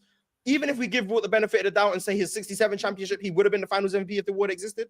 That's still 2 more than Wilt Chamberlain. Then you factor in the longevity stats. Then you factor in the MVPs. Wilt and LeBron have the same amount of MVPs, but LeBron clears in the other statistical categories in terms of longevity. Wilt Chamberlain has the counting numbers, points and rebounds, but then in the playoffs, his numbers go down. LeBron's don't. Like, LeBron at 7 and Wilt at 4 throws me off. And then don't get me started on Magic Johnson. But, like, I don't know, man. LeBron at 7 is, I can't agree with that. I can't. He's going to pass Gary Payton. He's going to pass Gary Payton to be top 5 in steals, by the way. Like, so he is already top 10. Do you know how crazy? Yeah, he's going to pass. Do you know Gary how crazy 42,000 points is? Like, maybe it's because LeBron has. Maybe because LeBron has the record. I don't know. But 42,000 points. Do you want to do this? Because I'm going to bring up Charles Barkley now, since you want to really do this and get deep. Let's get deep then, because these last 4 years, NBA has been soft as butter. They don't even play defense no more. You can't even touch anybody anymore. So when Chill had brought up Larry Bird, my mind peaked because Larry Bird almost got in my top 10. Of course, he's in my top 15 because he did it against tougher defense, more physicality. Guys are punching you in your gut, grabbing your balls and hitting you, elbowing you, clotheslining you. The NBA was so physical. Now we got LeBron James, who's a man-child at 6'9", 260 pounds going downhill because the man doesn't have any moves, really. Okay, he doesn't. He goes right at you. He dunks all over you. It's coming out. Okay, so LeBron James is a bulldog going to the basket. Okay, but his repertoire offensively is not what Kevin Durant, Curry, and Dr. J. Jordan, all these guys had and played the game in a more graceful kind of way. And so he got his points the last 5 years. How did he get them? Against soft defense, bro. I mean, it was terrible. Come on, bro. And Charles Barkley made a good point. He's right.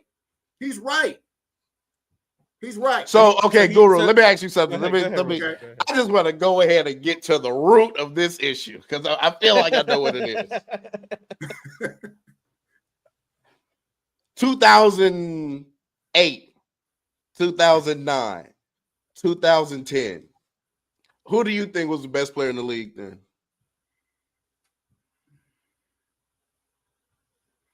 I mean, Guru? huh?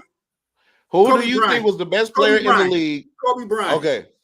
Do you feel like LeBron has 2 of Kobe's MVPs? Oh, for sure. And Steve Nash. Yes, And they Steve have Nash. Kobe's MVP. Right? Yes. Okay. See, Stay on topic. Mars, wait a minute. Wait, I'm getting somewhere. Okay. Do you think that LeBron was getting overhyped in 2008, 2009, 2010 when they were trying to? A lot of people were saying he was better than Kobe. Yes. Okay. Definitely, yes. And then 2011 comes along, and then he goes to a super team, right? Right?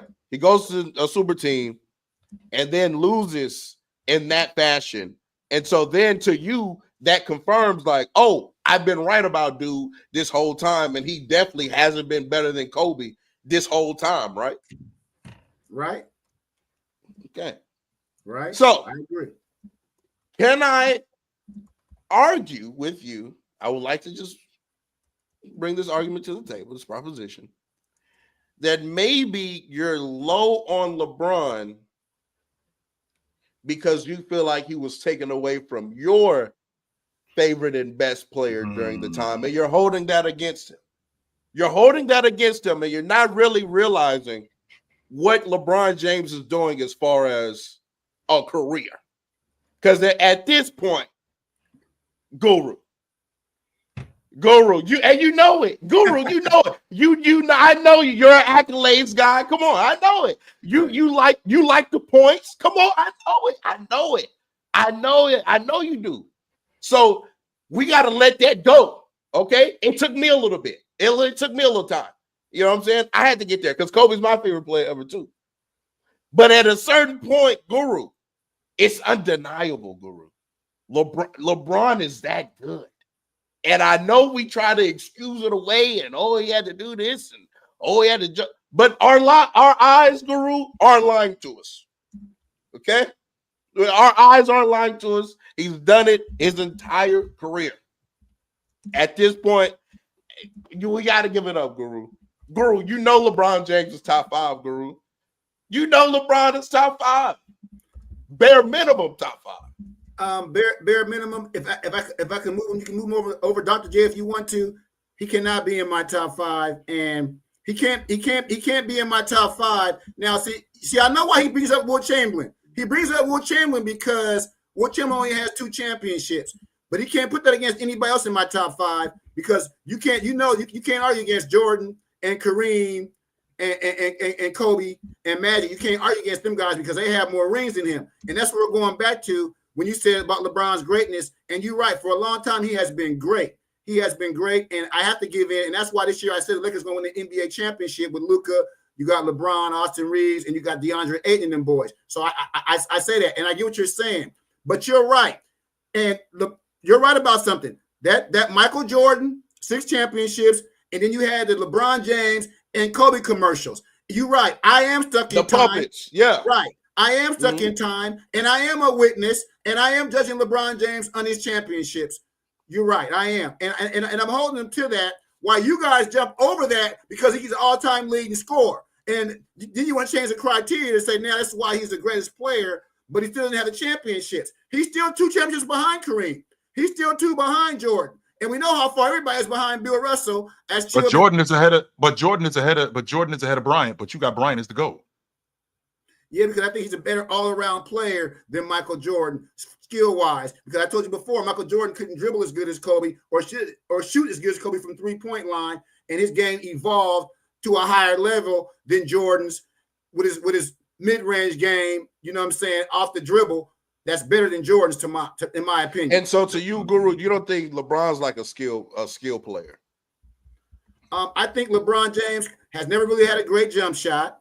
Okay, I think that LeBron James doesn't have a versatility of shots in his arsenal as far as game. He goes downhill and he shoots the ball. He scores over everybody, you know. And his unwillingness to take the big shot at the end of the games has really bugged me over the years. Where Ray Allen has to save his ass, Dwayne Wade had to save his ass, Kyrie Irving had to save his ass. Everybody had to save LeBron's ass. And then we got to call him the GOAT and say he made the right decision when he passed the ball and they missed the shot to win the game. So if you're supposed to be the GOAT, then why don't you go take the game over and win the game yourself instead of passing the ball to everything and stat padding like he's done, but he can't win the big games. So that's what he's done. LeBron James has been a stat padder. Okay, that's what he's done. But Guru, do you remember what happened in that Ray Allen game? When Ray Allen hit that shot?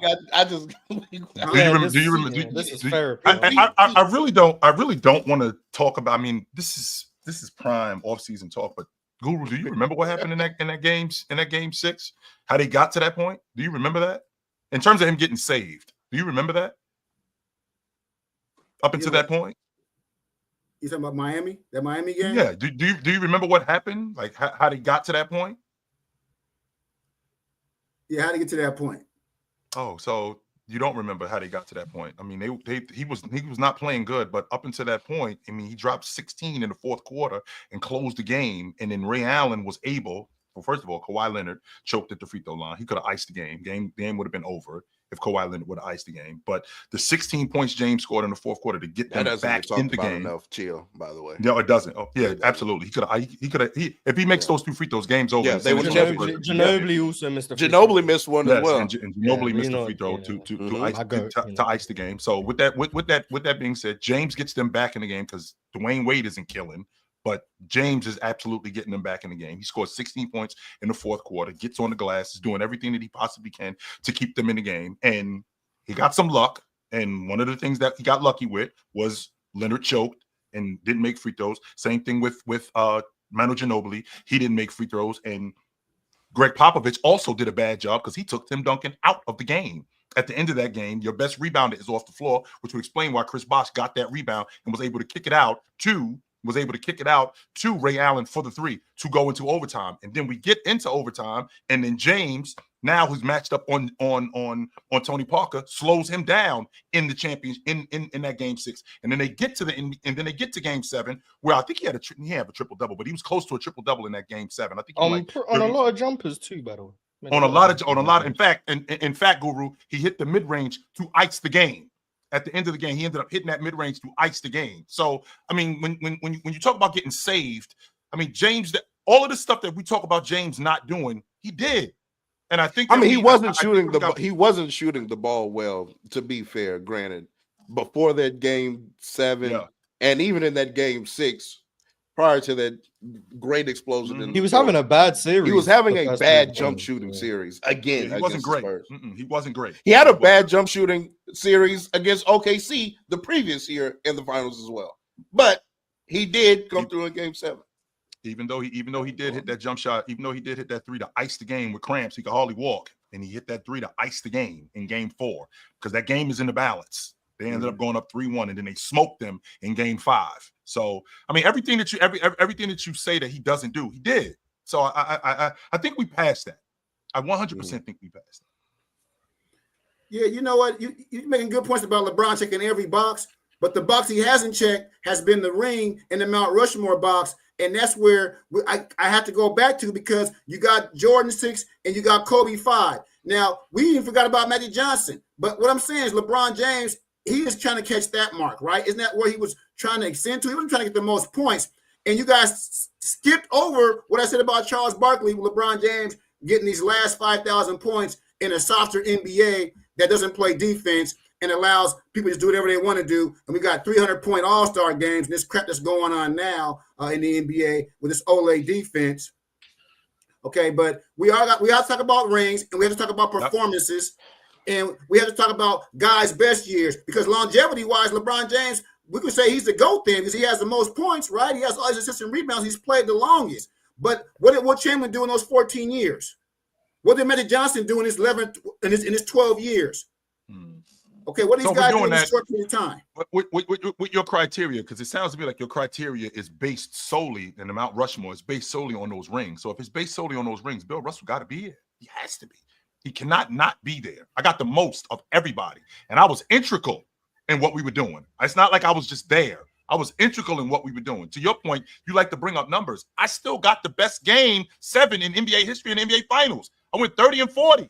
Nobody has done that before he did it, since he did it. And that was over. That was 60 years ago. Nobody has done that since he did it. So when you bring up stuff like that, and then you bring up being championships, and you're talking about Mount Rushmore, I got the most of everybody. I don't have the most from this era. No, I got the most of everybody. Nobody has more than me. So he has to be on your list. And we have a different era back then too. But you had less teams, right? You had less bigs. You had less athleticism. The game has evolved. I mean, so there's some argument to that where it was during a different time period, and so now we have this time period right now, and like I said, players who revolutionize the game, cats who change the game the way it's played, and so that's why I bring up Dr. J as my number 6 over LeBron because he revolutionized the game. He's the one that inspired these guys to play this way and to jump like that and to do the moves in the air like that. That they're all copying from him. And so now I see people in the chat talking about, well, what about Dr. J? He's 1-4 in the finals. What about Wilt Chamberlain? He only has 2 championships. Yeah, that's part of the criteria. I didn't say that's all the criteria, but there is a body of work, and there is guys who revolutionize the game. That has to mean something. That's why you had Larry Bird in your top 10, because Larry Bird and Magic revolutionized the game. So that's why they're there, right? And Larry Bird has 3 championships. So yes, he does. To me, you can't be in my top 10 and you don't have a championship. And we're back to Charles Barkley. He don't have no championships. Reggie Miller, Pat Ewing, the list goes on. Sorry, you guys are down farther on my list. I'm sorry. That's just the way it is because that's what the criteria was started. That's what everybody said the criteria was. Now we're going to change it? With new information. LeBron's made more game-tying or go-ahead shots in the last 24 seconds than Kobe has in his career. He's also more efficient on those shots than Kobe is. In the playoffs? Regular season and playoffs combined. But Kobe had 37 game-winning shots, though. You got that, right? The most in the NBA. LeBron James has made more shots to tie or take the lead in the final 24 seconds of a game than Kobe Bryant has. He's made more than anyone in the tracking era. And he's got the most game-winning shots in NBA history in the playoffs. That's a fact. He does have that. I think Guru was talking about buzzer beaters, and James has that different in the playoffs. No, LeBron definitely has more buzzer beaters in the playoffs than Kobe. Yeah, we're talking about real game winners. No time left on the clock. Things like that. Ron. Good night, Ron. Like, get home safe. Take care. Thanks for coming out. 24 seconds. Who cares about 24 seconds? But all right, y'all. We're gonna go ahead and transition back into the title of the show. These players have the most to prove in 2026. Chill, who did you start with? I started with Paulo. So Chill started with Paulo. Guru said Kevin Durant. Mars, I know you were thinking about somebody. Do you have anybody that you believe has a lot to prove in this next season? Not really. I just kind of watch how the chips fall. No one has to prove anything to me. But can Zion stay healthy? I think that's. I would like to see that. I would love to see 70 games from Zion, Mars. To be honest, can Zion stay healthy? John Morant, can he stay healthy? Away from that, it's not really a player, but I don't think the Cavs have any reason to not make the finals next year. I'm glad because that was the first. I was going to say the whole Cavs roster. The whole Cavs roster. With the way the East is currently set up and currently constructed, the Cavs, I think, should be the favorites to make the finals. So I'd say I would say the Cavs, and then can the injury-prone stars of the NBA stay healthy? So Embiid, Zion, John Morant, LaMelo, those type of guys. Kawhi would be another one. Those type of guys. That would be my. What can they prove it? And Max Strus he's going to be out for a couple of months. He's got a foot injury. I would not be surprised if they picked up the telephone and checked Malik Beasley's temperature and were able to get him on the cheap. That would not surprise me. That would not surprise me Didn't they lose? That's cool. They lost other buddy, right? They lost shooter. Yeah, What's they his lost name? Karis LeVert. Oh, Sam Merrill. You talking about Yeah, Sam they Merrill? lost No, Sam Merrill. No, Sam Merrill's there. They got rid of Ty Jerome. Yeah, Ty Jerome. was in Ty Memphis. Jerome. Yeah. Ty Jerome is in Memphis. Sam Merrill, Ty Jerome. You know. But Ron, everything to Moses' point, everything that's necessary to get to the NBA championship and win it, Cleveland has it. Everything. There is no reason why, barring any injuries, that they should not, at minimum, be in the NBA championship. When we up here next year in the finals, if Cleveland is not in the NBA finals, I'm out. And chill. Let's take it a step further. Last year, they had some of the highest odds. Well, you had them coming out of the West. I had them going to the out finals East. last year. Yeah, that was the next Chill, step. you said the No, floor for this. That's not true. I had them in the East finals. I didn't have them in the NBA championship. Yeah. Okay. But a lot of people had Cleveland last year. And then even the year before that, the way that they melted down against the Knicks, and then they got the soft tag put on them, I believe that the Cavs do have a lot to prove. But I'm going to take it even a step further than that. Yeah. Donovan Mitchell, buddy. You've been on number one seeds plenty of times. You've had good teams plenty of times. Whether they're championship caliber teams, that's neither here nor there. You have been on good teams with good players for a very long time. You've had good series. Yes, you have. I think last year around was the second time he was on the team that was the number one seed. He was with that Utah team. I want to say in 21 or was it 21 or 22? He was on that team that they was the number one seed. One of those. 21. But he's Can you finish your little he's soliloquy, been on good teams, and he's went off though. He's had good playoff series. But I believe Donovan Mitchell has something to prove to himself, to his fans, and to everybody out there that maybe I am good enough to just get past the second round. Maybe I actually am the best shooting guard in the NBA, like people say that I am. So I believe Donovan Mitchell does have something to prove. I thought he played great last year. I mean, I thought Garland wasn't there, but I mean, that game 2, game 3 stretch when Donovan Mitchell had 48, he had 43, joining LeBron James as the only players in the franchise history, Cleveland, to go back-to-back 40-point games in the playoffs. Yeah. I mean, Donovan Mitchell, he played great. I mean, but I agree with you guys. That whole team has something to prove. Going 64-18, that was just like a serious meltdown to me. I can't understand it, and I think injuries do play a part. I think I agree with Chill on that. So we'll see how they play. But Donovan Mitchell has to do that. He has to win. He has to get past the first round. I agree, LeBron. He has to get this team to the point where they're winning in the playoffs, and they got to get to that second, third round. Mars, what is because I know that you're looking at Zion as somebody that what does a successful season for Zion look like? Over under 65 games. Well, successful would be over 65 games. Realistically, it depends on how good New Orleans are, because they're going to be very precautious with him if they suck. If they're competing to make the play-in or the playoffs, and he's available, he'll play. If I had to guess, I would say Zion plays in and around that range, 54 to 65, 67 games. That would be my range in that ballpark somewhere. I would love to see another 65-game season of Zion, but that's just kind of a pipe dream at this point. Embiid, I'm just hoping I see him and he looks like Embiid. Like, I don't even 10 games. Just let me see that you can still play. Like, so we don't even want you. So we're not even the expectation of Joel Embiid at 10 or 30 and 10 or 28 and 11. Those days are gone. Yeah, we just want to see you. I don't know. We just want to. No, they're gone. I think if he I want to establish this this now so people aren't like disappointed when it doesn't happen. I will be disappointed. They're not gone until they're gone. You're not a fit. Joel Embiid is not going to be 30, 10 or 30, 11, and 6. Why not? On 65 true. Why not? Why not? Because he can't hold up. Because he can't do it anymore. Physically. How do you know he can't I do it don't know anymore? about that. Oh, He might not be able to stay healthy. He still can't play. He might not Did be you able to see stay him last healthy, year? real talk. But if Did he you see is him last year? Last year he Oh, he shouldn't could- have been playing. That's different. Last year he shouldn't. He have been probably still shouldn't be playing. That's my point. That's why I said I just Yeah. want to see just 10 games. Just let me see 10 games of you when you can play. That's it. Ron, I'm there's a not, difference I'm not between- here to force him out there, to just put him out there to be like, oh, see, look, Embiid can get on the court. No, I'm saying whatever games you can give me when you are actually able to go, Yep. I'll take it at this point. Not saying that means you're going to go win a championship. Not saying that means you're going to be contenders in the East. I just want to see Embiid on the court when he's physically able to be on the court. That's success for me at this point. That's all I'm saying. Now, can he give you those numbers, like whatever, 30 and 10? Yep. I think if Embiid's right, I think he can.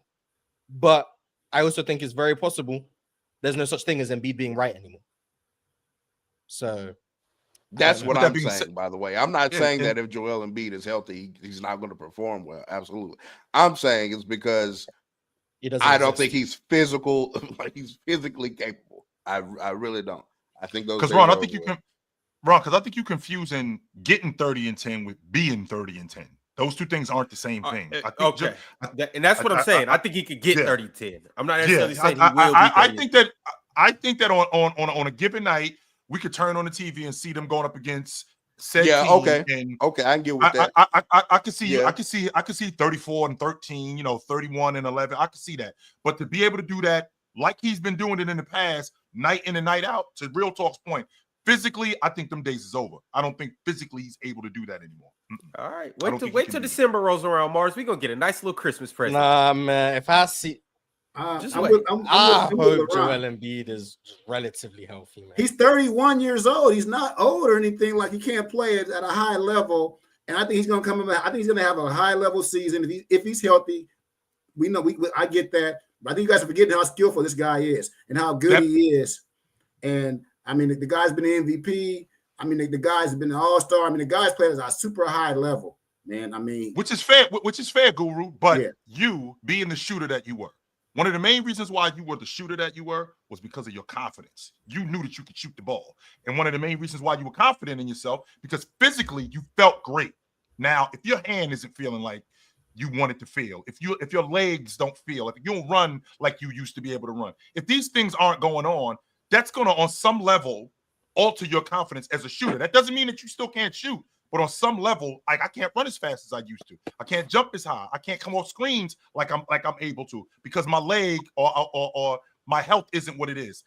Mentally, that messes with your confidence. Joel Embiid, who with the knee issues that he has, when he didn't have these as serious as he had them years ago, his confidence was still high and he still was getting busy. The fact that he's not physically able to do it like he was years ago, I think that that's altered his confidence a little bit. yeah, Yo, I just Trey, feel what's good with you? Trey Bag in the house. What up? Hi. What's What's I'm up, Bill? demoralized, man. We what's talking up? about What's Joel up? What's up? Embiid, man. I don't mean to, Mars. I I think Mars, and real quick, I want to get right back to what you was about to say, Guru. I think Mars, your issue is that you've seen him at the level that you've seen him at, and it's almost like we got robbed. Like, wait a minute, we were supposed to get 5 or 6 more years of that, and we got jerked. That's where we are. It's that, and it's like people are already erasing it from history like it didn't happen. Like It did. It 100%. Like I watched it unfold. I remember from 2021 to 2024, it wasn't just Jokic versus Giannis. Embiid was right there. I remember it. He was there. He was going band for band with them every year. And now, because he's not been healthy for God knows how long, that's being removed from the archives of history as if it never happened. And Embiid was really just never on their level. Like he was never close to them. That's not true. I saw it. Like even this year, like there was a game against Portland. I remember he played it. It was like in January or something. He went crazy. I was like, maybe he's back. And then like he didn't play again for like a month after that. But like that's not the point. Like he still showed me this year he could still score. I had to look it up. There's a 14-game stretch where he was averaging 27 on one knee. Now those 14 games were across 4 months, but still saw it. So like it's just that's what annoys me about Embiid. It's not the stuff about Philly and 6, I say every year, that's kind of just in jest at this point. We know he's not going to be healthy, whatever. But it's actively rewriting history when I know at the time Embiid was in those talks. There was Embiid versus Giannis, Embiid versus Jokic, Embiid versus Luka conversations. Embiid was, now it's like, oh, Embiid won the MVP. How dare he? At the time, people were saying Embiid should have been the MVP. But now, all of a sudden, you say that, you're crazy. Like, that's what throws me off. People were saying Embiid should have been the MVP in 21. People were saying that in 22. People were saying he was the best player in the world in 2024. But now, you bring up any of that stuff, everyone just calls you a liar or acts like it didn't happen. And that's what annoys me. It's like, I'm not holding on to what Embiid used to be more than I'm just saying what Embiid is now doesn't change what he used to be. And you can't just rewrite history because of that. But yes, I make the violin smaller, real talk. It's the world's smallest violin. But goddamn it, I'm gonna play it. Like, goddamn, like I'm gonna play this violin. Man. Hey, man. It's tough. It's tough. Very tough. And I will be very upset about it every time. Yeah. But yeah, that's it. Unfortunate. Because he was that good at one point. Yes, he was. No, he was. No, Joel Embiid, in all honesty, he was that good. He was one of them ones. Yes, he I was. don't think he's done. He's not done. And he was the NBA leading scorer for 2 years, right? And in 2023, he got the MVP. He could have gotten 2022 because the NBA is always giving a guy the MVP a year later. Okay, and we all know how great Joel Embiid is. And when he 1 year or not, he's going to have them numbers. I think the question is, how long is he going to play? Just like with Zion. He's going to have them numbers, but how long is he going to play? And so Joel Embiid and Joker, I've been arguing the last 4 or 5 years, who's better, Joker or Joel Embiid? They're very skilled big men. They 6'11", they can shoot the three-point shot, they can score in the paint, they can pass, they can dribble. Like, Joel Embiid is super skilled, and I don't think he's done yet. I don't. I mean, at that level, though, be a very good at that level, though, I mean, like, what is to Moses' point? To Moses' point, with Joel Embiid being relatively just healthy and being available, what's a successful season for Joel Embiid? Over under 23 a game. I mean, he's going to get 25 a game in 11, 12 rebounds over that game. He's going to get 25 and 12. So 25 and 12. He was on 23 last year, and he was on half a leg. I think he's going to be in better condition. Yeah. So over 23 a game, 11 rebounds. What's the over under on games? 50 games. He has to play.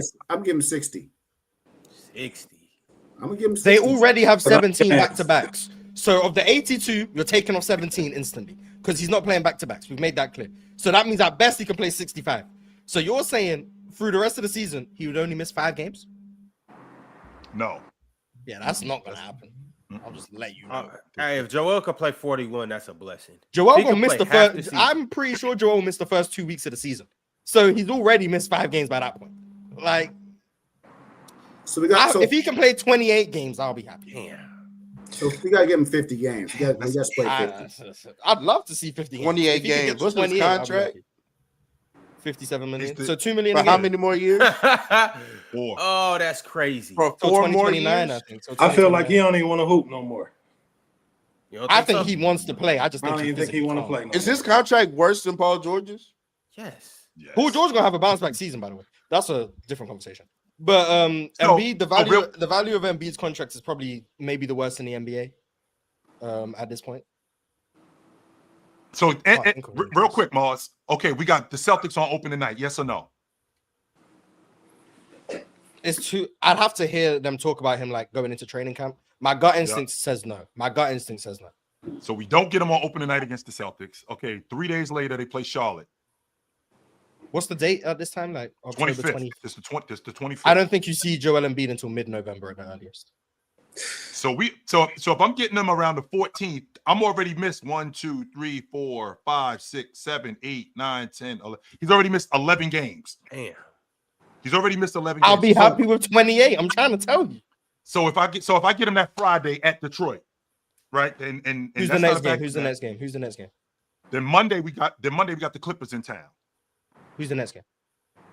It has to be like a Hornets or something he has to play. Wednesday we got Toronto in town. Maybe. Okay. Maybe Toronto is where he makes the season, baby. Because Thursday they go to Milwaukee. We know he ain't playing that game. Right? He bet not. Okay, so he's not playing that Hey, game. come out So playing around that night, Joel. So he's not playing that game. And then that Sunday, Miami is in town. See, even this conversation all together, this man don't want to play basketball no more. Like, listen to what we talking about. 28 games, man. He don't want to play basketball. Why don't you think he wants to play though? Maybe he does, Trey. Maybe I just can't do it. How about, it's not that I don't want to, I just physically can't do it. In his face, do he look like he want to hoop? I mean, when I see the You man remember, going I'm a out there, hooper. You know, that's my thing. I'm quite a big guy. I eat a bit much. Let's put it out there, right? When I see him with something the size of me on his knee in the playoffs, I think the guy wants to play. Because I'm gonna be honest, if someone had that big ass leg brace, they wouldn't be playing. If someone had facial spasms, they wouldn't be playing. This man has played through things in the playoffs that a lot of people wouldn't play through. I'm not going to question whether or not he wants to play, because that man has played through things that most human beings would not play through. He's been ruled. There was a time where Joel Embiid was ruled out of a playoff game. Not doubtful, not questionable. He was ruled out and he played. How many people get officially ruled out? Not, oh, he's doubtful or he's a game time decision. Joel Embiid was on the injury report, ruled out, and he played. Like, Joel Embiid plays. He's been ruled questionable, he plays. He's been ruled out, he plays. He's been ruled out doubtful, he plays. He's been ruled a game time decision, he plays. He plays. Now, does he play a lot? No, but I think that's because he's physically not capable. I genuinely think if it was up to Joel Embiid, if his body allowed him to, he would be playing basketball. His actions in the playoffs have shown me that. His actions throughout his career have shown me that. Dealing with all of these injuries he's dealt with, and still trying to be out there for your team in 2024, coming back from a torn meniscus in the time he did to try be out there for your team, I'm not going to question whether that guy wants to play. I'm not. This man has had torn meniscus, played in the playoffs, sprained LCL, played in the playoffs, fractured ligaments in his hand, played in the playoffs, broke his face twice, played in the playoffs. Like, I could go down all these years where he's had major injuries and then he's played on them. And then everyone will be like, oh my God, Embiid still doesn't get past the second round. Embiid played poorly. Embiid played poorly. Go out and try and play basketball on a torn meniscus. See how well you do. So you saying the faces, especially when you're dealing with triple teams. Try go play basketball on a torn meniscus. Play it. Some people won't go to work if they tear their meniscus. You saying the faces he making be depression?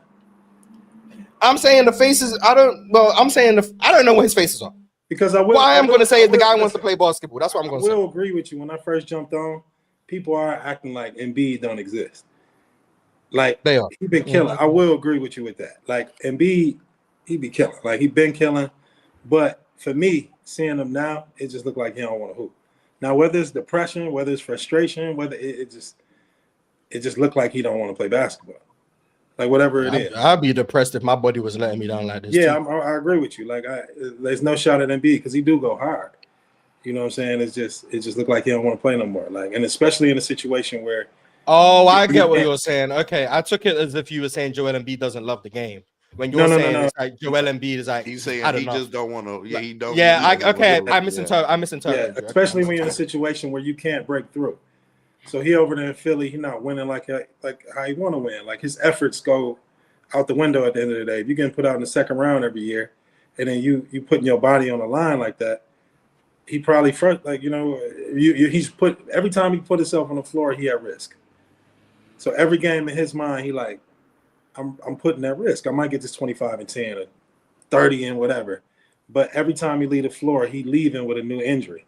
So in his mind, he gotta calculate when he plays or when he doesn't play. And then now it's the way we describe in the season and stuff is like, damn, why would I play against Toronto? Why would I play against Detroit? Why would I play against certain teams when all that's a risk? So that's what I'm saying with Embiid. I just don't. It's not a negative like he don't love the game, especially where he came from. He definitely loved the game, but I think he don't want to play. In terms of like, damn, I might get hurt. Like, this might be the end of my career. Like, he don't want to be Greg Oden. You know what? Hold on, I gotta say something here because this is ridiculous. Do we see a coincidence here? Look, go Google it. The man is hurt every damn year. Okay, so now guess what? I think this man is out of shape. You keep getting hurt every year. Are you in shape? Why are you hurt every year? It's your left knee. It's your right knee. Okay, I get the overball in your face. I get the shoulder sprain. Every year this guy gets hurt. I mean, what's going on, bro? Like, maybe he's not dedicating himself to the game in the offseason. What is he doing? I mean, you have all this skill and you can't take care of your body. Real. Okay. Real. I mean, so I don't know. It's too much of a coincidence. Every year he's hurt. Every year he's hurt. I just don't get it. Every year. That's real. That do play a factor. Conditioning. Is Kawhi in shape? Hell yeah. Chill, Do we see? Here's the Kawhi's in shape and he's hurt every year. Yeah, So- but no. And here's why, Guru, because I mean, we've seen. I mean, I heard Gary Vee say that Andrew Bynum had a bad skeleton, like he just was put together, not correct.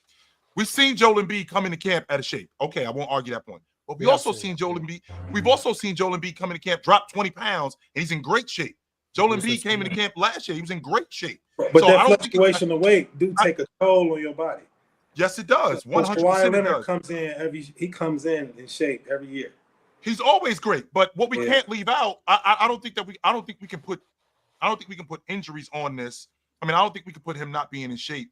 That's because of injuries more than we could just put him not just being physically able to do it off the strength, Guru, that he came into the game broken. Don't forget, he missed the first 2 seasons of his NBA career because he had foot injuries. That had nothing to do with him not being in shape. That's just the way he's put together. He was in shape at Kansas. So. Yeah, he was in great shape in college. That's just the way he was put together. And I think that's who he is. Yeah, I agree with Chill. And we've seen these guys all throughout NBA history. And it's just sad that Joel has to get added to guys like Brandon Roy, guys like Grant Hill, Tracy McGrady, and even Kawhi Leonard too. Dwayne Wade. I'll even throw Derrick Rose in there too, even though he kind of bounced back later in his career. Penny Hardaway. Like some guys, they can't play at that peak level for as long as we would like them to. Right? Everybody's not LeBron. Unfortunately, like could y'all imagine if we got 23 healthy years of Joel Embiid?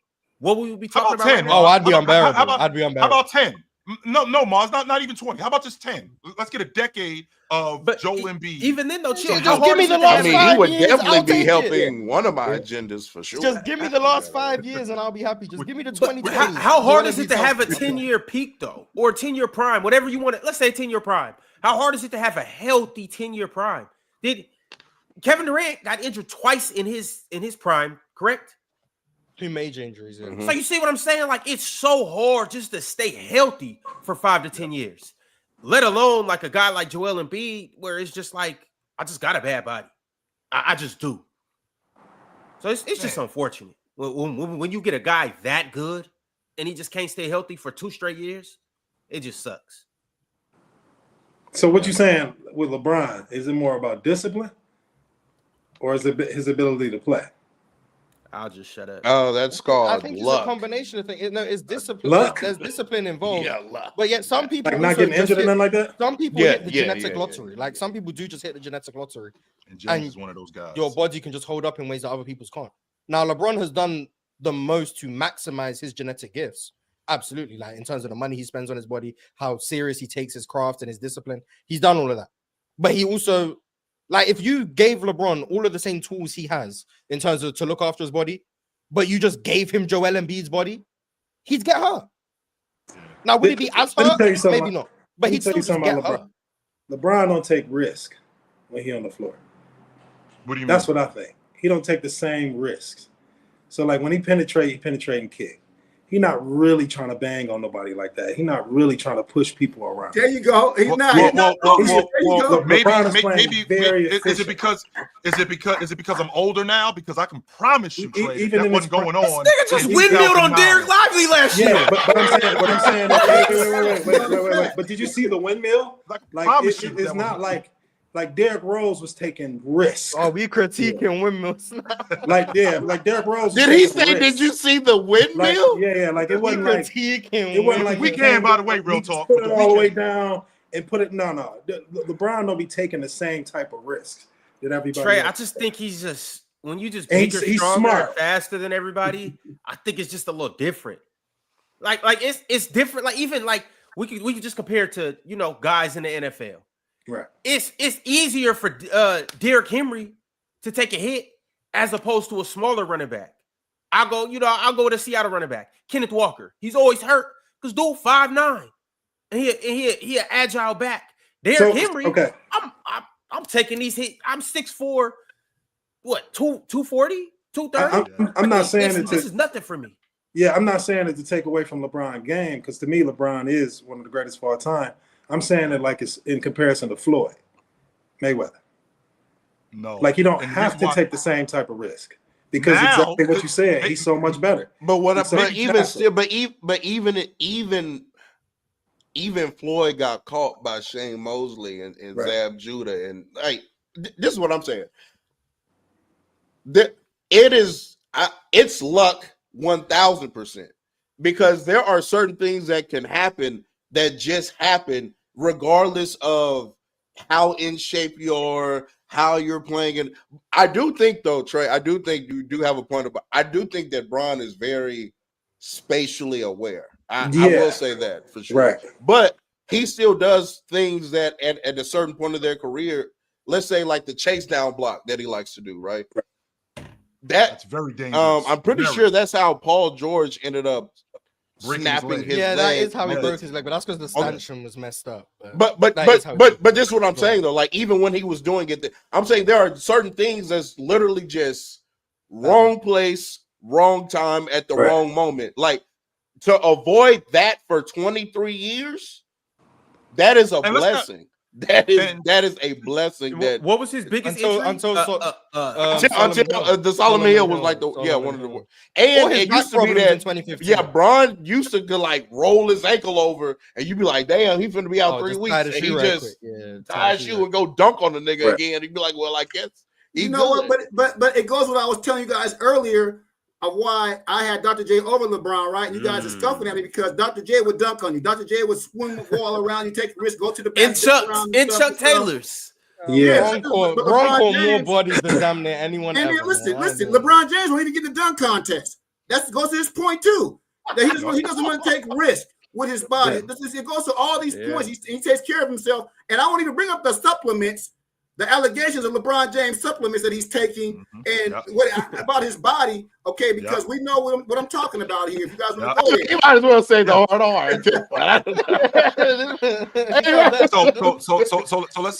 So let's rewind. Are we not? Because remember, Ron, this is the great part. This is the great part about where we live today, Trey, is that we do have documented evidence of this stuff. We got documented evidence of James running down the gut on the best defensive team in the game, in the Boston Celtics, and punching on their whole squad. That's a risk. Right. We do have documented evidence of him punching on that Orlando squad with Dwight Howard underneath the rim. That's a risk. We got documented evidence of him punching on that San Antonio squad, which is the best defensive team in the game. That's a risk. I mean, James, in fact, that's how he played back then. He was just bigger, faster, and stronger than everybody else. Yeah. He attacked the rim with the best of them. He was flying through the air. To Real Talk's point about chase down blocks, I mean, that's very dangerous. Very dangerous especially chasing somebody down from one end of the court to the other. And Guru, to your point, I don't know if you know this, Guru, but when you get investigated by the FBI, they dig into who your girlfriend is hanging out with. They dig into who your mother is hanging out with. They do everything that they can to find out any and everything about you. They want to know where you shop for draws. And they dug into everything that they could with James. And they found out that he was attached to his wife, who's attached to a third party. That's all they found. Nothing else. So they washed their hands with it. So if we want to talk about this dude, we got to be honest about everything. So chill. This is where I'm going with the risks, though. I think it's not a downplay of fear. I think it's intelligence. So like what you said, those times where he done punched on people and this, that, and the other, but it's not the consistent risk of everybody else who end up getting injured. That's what I'm trying to say. Like LeBron will go down court and then he'll do a penetrating kick when he could dunk that moment. He could dunk it. Yeah. But we know with LeBron not taking the key shots, not finishing like how he could, because he's making a calculated risk based on his perspective of the game. Didn't I say that? Yeah, and I'm not taking away from his perspective of the game. But go ahead. Keep going, Trey. Yeah. Keep going, Trey. I'm not taking away his perspective of the game, because that is what has made him the greatest player of all, one of the greatest players of all time. Sure. Which he's been able to preserve his body, the longevity, and this, that, and the other. But when I'm a hooper super, and it's different type of hooper super. LeBron, I think he's more calculated in his risks. So if he see that dunk, it's more of a get like Chris Paul when he played. When he get his assist, it's like a guaranteed bucket. He ain't really just dime. He just know it's a guaranteed bucket. It's the same thing with LeBron's risks. He know that, or he predicts that it's a probability nothing will happen. He's already calculating like 20 steps ahead to make this move, to make this dunk, to make this aggressive play.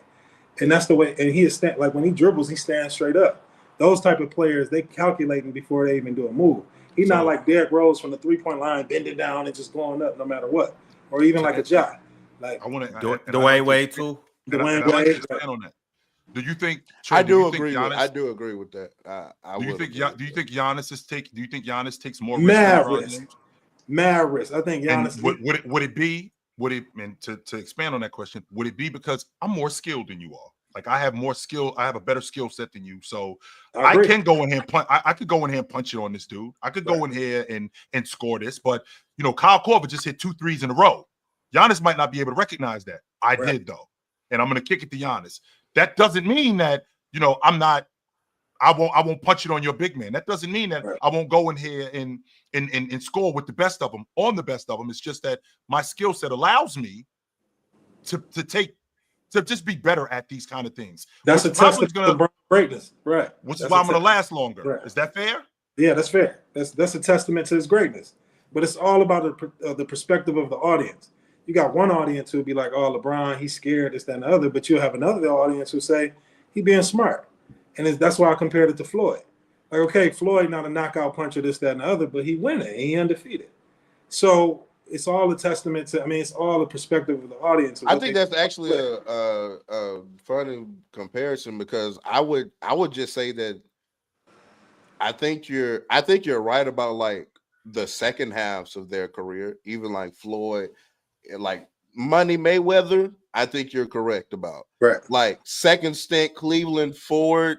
I can see what you're saying, but like Pretty Boy Floyd was a combination puncher, taking risk and knocking people out. First stint Cleveland LeBron and Miami LeBron was definitely putting himself like risking because of his athletic feats, obviously, and being able to do so many things. He was definitely doing that during those times. But I do think they got more calculated as it went on. But I do think that don't summarize their entire career. That's fair. It's a combination of all of it, though. I think we all right. Like Trey is right. Like, and even with Floyd Mayweather and LeBron, we can all acknowledge their IQs are through the roof. So I see things before they happen. I do things to make things happen because I know the ripple effect. I control the game through and through. And on top of that, I'm just more athletic, more skilled, and more gifted than you too. So I can do things that other guys can't do, and I can manipulate the game the way other guys can't. But also, to the real talk's point, I didn't see Bron. Who gets hacked harder than Bron and more than Bron other than Shaq? Right. Yeah. Who dunks on people more than Bron other than Giannis and Shaq? So I have seen that too, which also comes to my point where you're just bigger, stronger, and faster than people. Floyd Mayweather, you're just quicker, more agile, and more gifted than other people. But also, too, to Real Talk's point, there's a lot of luck in there as well. I think because you think Floyd get lucky, and there's nothing. I'm more so saying with Braun. I'm not saying with Floyd. I'm more so saying with Braun. Nothing. There's nothing wrong with being lucky. Some people just are lucky. It's what it is. Yeah, that's why it's luck. And I feel like to your point, Ron, and expanding on that, Joel Embiid moving forward, is Joel Embiid just being smarter? I mean, Joel Embiid's skill set isn't. I don't think Joel Embiid's skill set is what Joker's is. No, but Joel Embiid knowing that his physical limitations are what's gonna hamper him. He knows if I play this, I'm not gonna play back-to-backs. But if I play tonight, okay, there's a specific way that I have to play tonight. I think we see that though. I think that's why Joel moved his game so far out on the perimeter. Not saying that he wasn't skilled enough to do that, but I do believe like if Joel was like, let's say he was in a space where he was able to play 75 games year after year and didn't get injured like that, I think we would see a whole lot more block work and a whole lot more just I'm banging you and dunking on you and I'm in the paint just going crazy. I think we was. I think he would play a lot more like. I think we would see more Giannis-like plays from Joel Embiid because Joel Embiid's he's a crazy athlete, an elite athlete, for that size. Yeah, Joel's still bigger, faster. I think that's part of his problem, actually. Yeah, he moves too, too real well talk. for someone of his size. I think that's the biggest. Yeah, his but joint- he can dribble a little bit too. his joint, the human body is not meant to be able to move the way Joel Embiid does at 7'1". That was low key some of Zion problem. You're not Like, you meant shouldn't to be move getting like off the ground like that. Zion not disciplined. No, that I'm Let's call that what it is. That's 99% of Zion. The way he bounces and all that, it's like an anomaly. But Zion's problem is he off the court bugging the fuck out. Yeah, he living his best life, man. Yeah, bro. I got a player though. I got a player. I had to curse on here. Real talk. Can you keep it? Ron, real talk. Stay right there. Don't move. Real talk. Ron, we'll get to that in a second. Real talk. Real talk. Stay right there. Ron, I have to say that when it comes to Joel Embiid, I think that he came into the game wanting to show the evolution of the big man. I don't think he wanted to play like Olajuwon. I don't think he wanted to play like Shaq. I think he wanted to play and show that I could throw the ball between my legs. I can shoot the long ball because that's the way the game is going. Because he had opportunities to play more on the box. And not just play more on the box. Even when he was relatively healthy, he had an opportunity to do that, and he didn't. He shot the long ball more. He was on the perimeter more. It just so happens that now that he's injured, we see him doing the same thing he was doing back then. We just see him doing it more now. Yeah, but he can't play back-to-back games, and that's why he got in trouble because he told everybody, I can't play back-to-back games. Instead of telling his team, I can try to play back-to-back games, but most likely he won't because everybody in the NBA is load management. He should have kept his mouth shut. But against your point a little bit, chill. He does dominate down low when he wants to. Because you see Philadelphia when they play, when they start the games, Maxey, they have a big dose of Joel Embiid every first quarter. They go to him the whole first quarter. Okay, that over points first quarter prop bet, he gets. I see you a bad man too. I see you every time. Well. Yeah. Because you agree, you knew about that Luka one when I brought it up the last time, and you know about the Joel Embiid. I see you. Joel Embiid's the same way. I see similarities. Hey. Betting man, Lakers fans, hats, glasses, smile real talk. That's my laugh. OG, man. I'm a Lakers fan too, big dog. You ain't alone in here. Okay. As you were saying, real talk. Before I interrupted you, real talk. No, I wanted to because talking about like players were the most to prove in 2026. I personally don't think this player has much to prove, but I do think from a public perspective, I think he probably does. And I want to see him ball out, and that's Anthony Davis. I want to see AD in Dallas being the top 5 talent that I know him to be. I think Anthony Davis is somebody who gets underrated a lot during this time because of players like Jokic and Giannis and Embiid. You know, they kind of hit like these MVP level seasons or these kind of peak years that maybe he doesn't compete with like to that extent, but AD is one of the, I'm a lowball it to me, 40 best players ever. And I think I don't know if it's 50 players better than Anthony Davis. I think he's finna go crazy in Dallas. I think he's finna go absolutely crazy in Dallas. I mean, I agree with you, real talk. Because and you know where a lot of this stems from. A lot of people can't accept the fact that Luka Doncic was traded for Anthony Davis. They'll just never be able to get over it, no matter how good AD is. So it's like, AD, you got to go prove that this was a valid trade. Why can't, when AD plays, especially under the circumstances with LeBron and them, why can't he prove himself to be better than a Giannis or a Joker? Why he don't push through? That's my problem. Like he got too many ups and downs. He got because his skills are elite. His skills are incredible. But why can't he push through? Why does he have injuries? Probably because he's not as good as Jokic and Giannis. But hold on, no. Theoretically, shouldn't he be better than Giannis? Well, and we're not going to sit here and act like that wasn't Mars. I shoot better than Giannis. Mars, I dribble better than Giannis. I'm more skilled than Giannis. I'm just as big as Giannis. That's what I'm trying to say. Maybe not quite as athletic and freakish as Giannis, but still, why when he gets on the floor better defensively? Joker kills y'all him. do not really understand how good Giannis Antetokounmpo is. Y'all really don't. Bro. Bro, Yes, I do. we're getting to a point. This man finna be, hey, I don't know, this is a hot take. Hey, respectfully, all you KG truthers, to the back, my nigga. We're better than him. Y'all.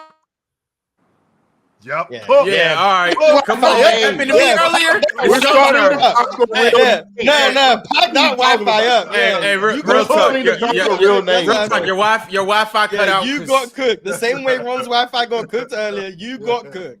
You don't even try to say it again. Am I back? It's over. The Yeah, you moment's back. over. Back. The You hot moment's now. over. Now The you hot. moment's Yo, over. real The talk. moment's Yeah, over. now you hot. Real talk. What? Raise your hands if you back.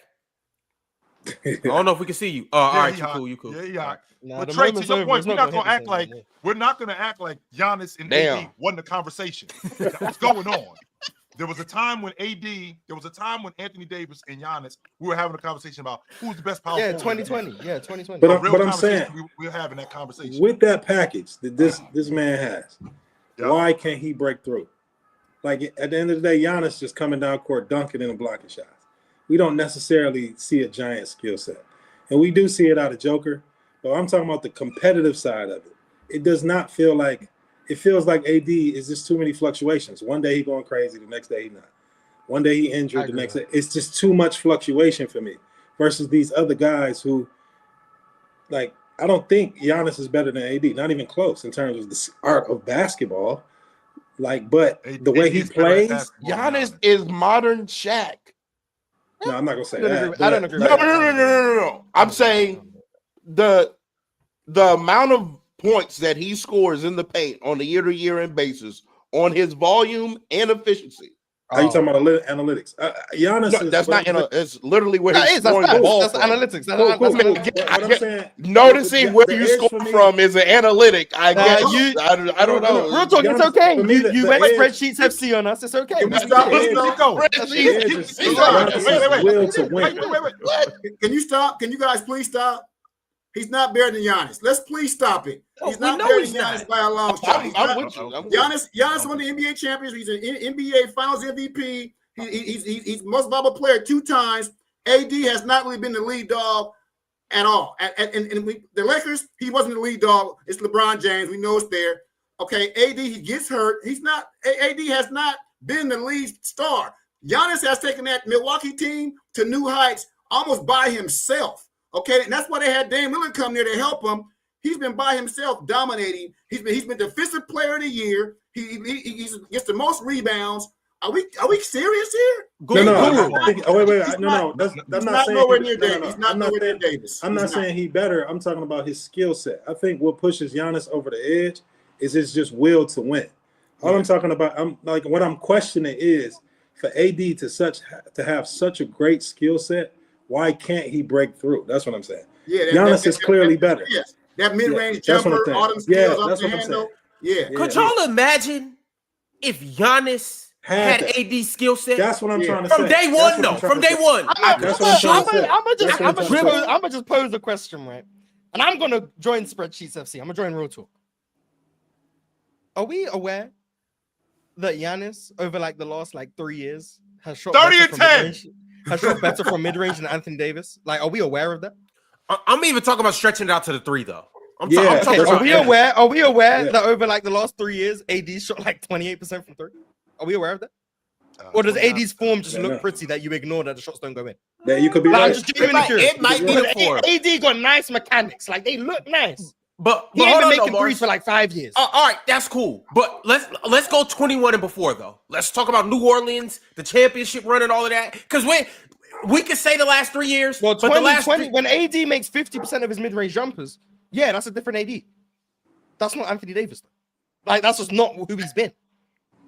for sure in the last 3 years. But he has been that, and for the majority of his career, maybe not 50%, but I'm saying even New Orleans AD, the way he was shooting the midi, the way he was stretching out to the 3, I really don't think it's an argument here. Well, it's an argument. I mean, yeah. Ron, this is what Anthony Davis joined the NBA 34% from mid-range, then 40%, then 43, then 42, then 44, then 41, then 39.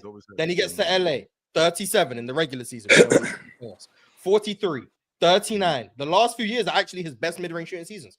44, 42, 44, 42. All the while, in those last 4 years where he was 44-ish% from mid-range, we're looking at 19% from 3 in 2022, 26% in 2023, 28% in 2024, and this year he was 30% when he was on the Lakers and 23% overall in Dallas.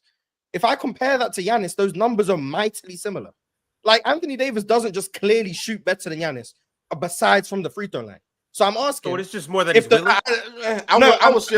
willing. My opinion is Anthony Davis's jumper looks prettier. So you guys think he can shoot better than he does? It does. That's my theory. Because the reality of the situation is he doesn't shoot that well.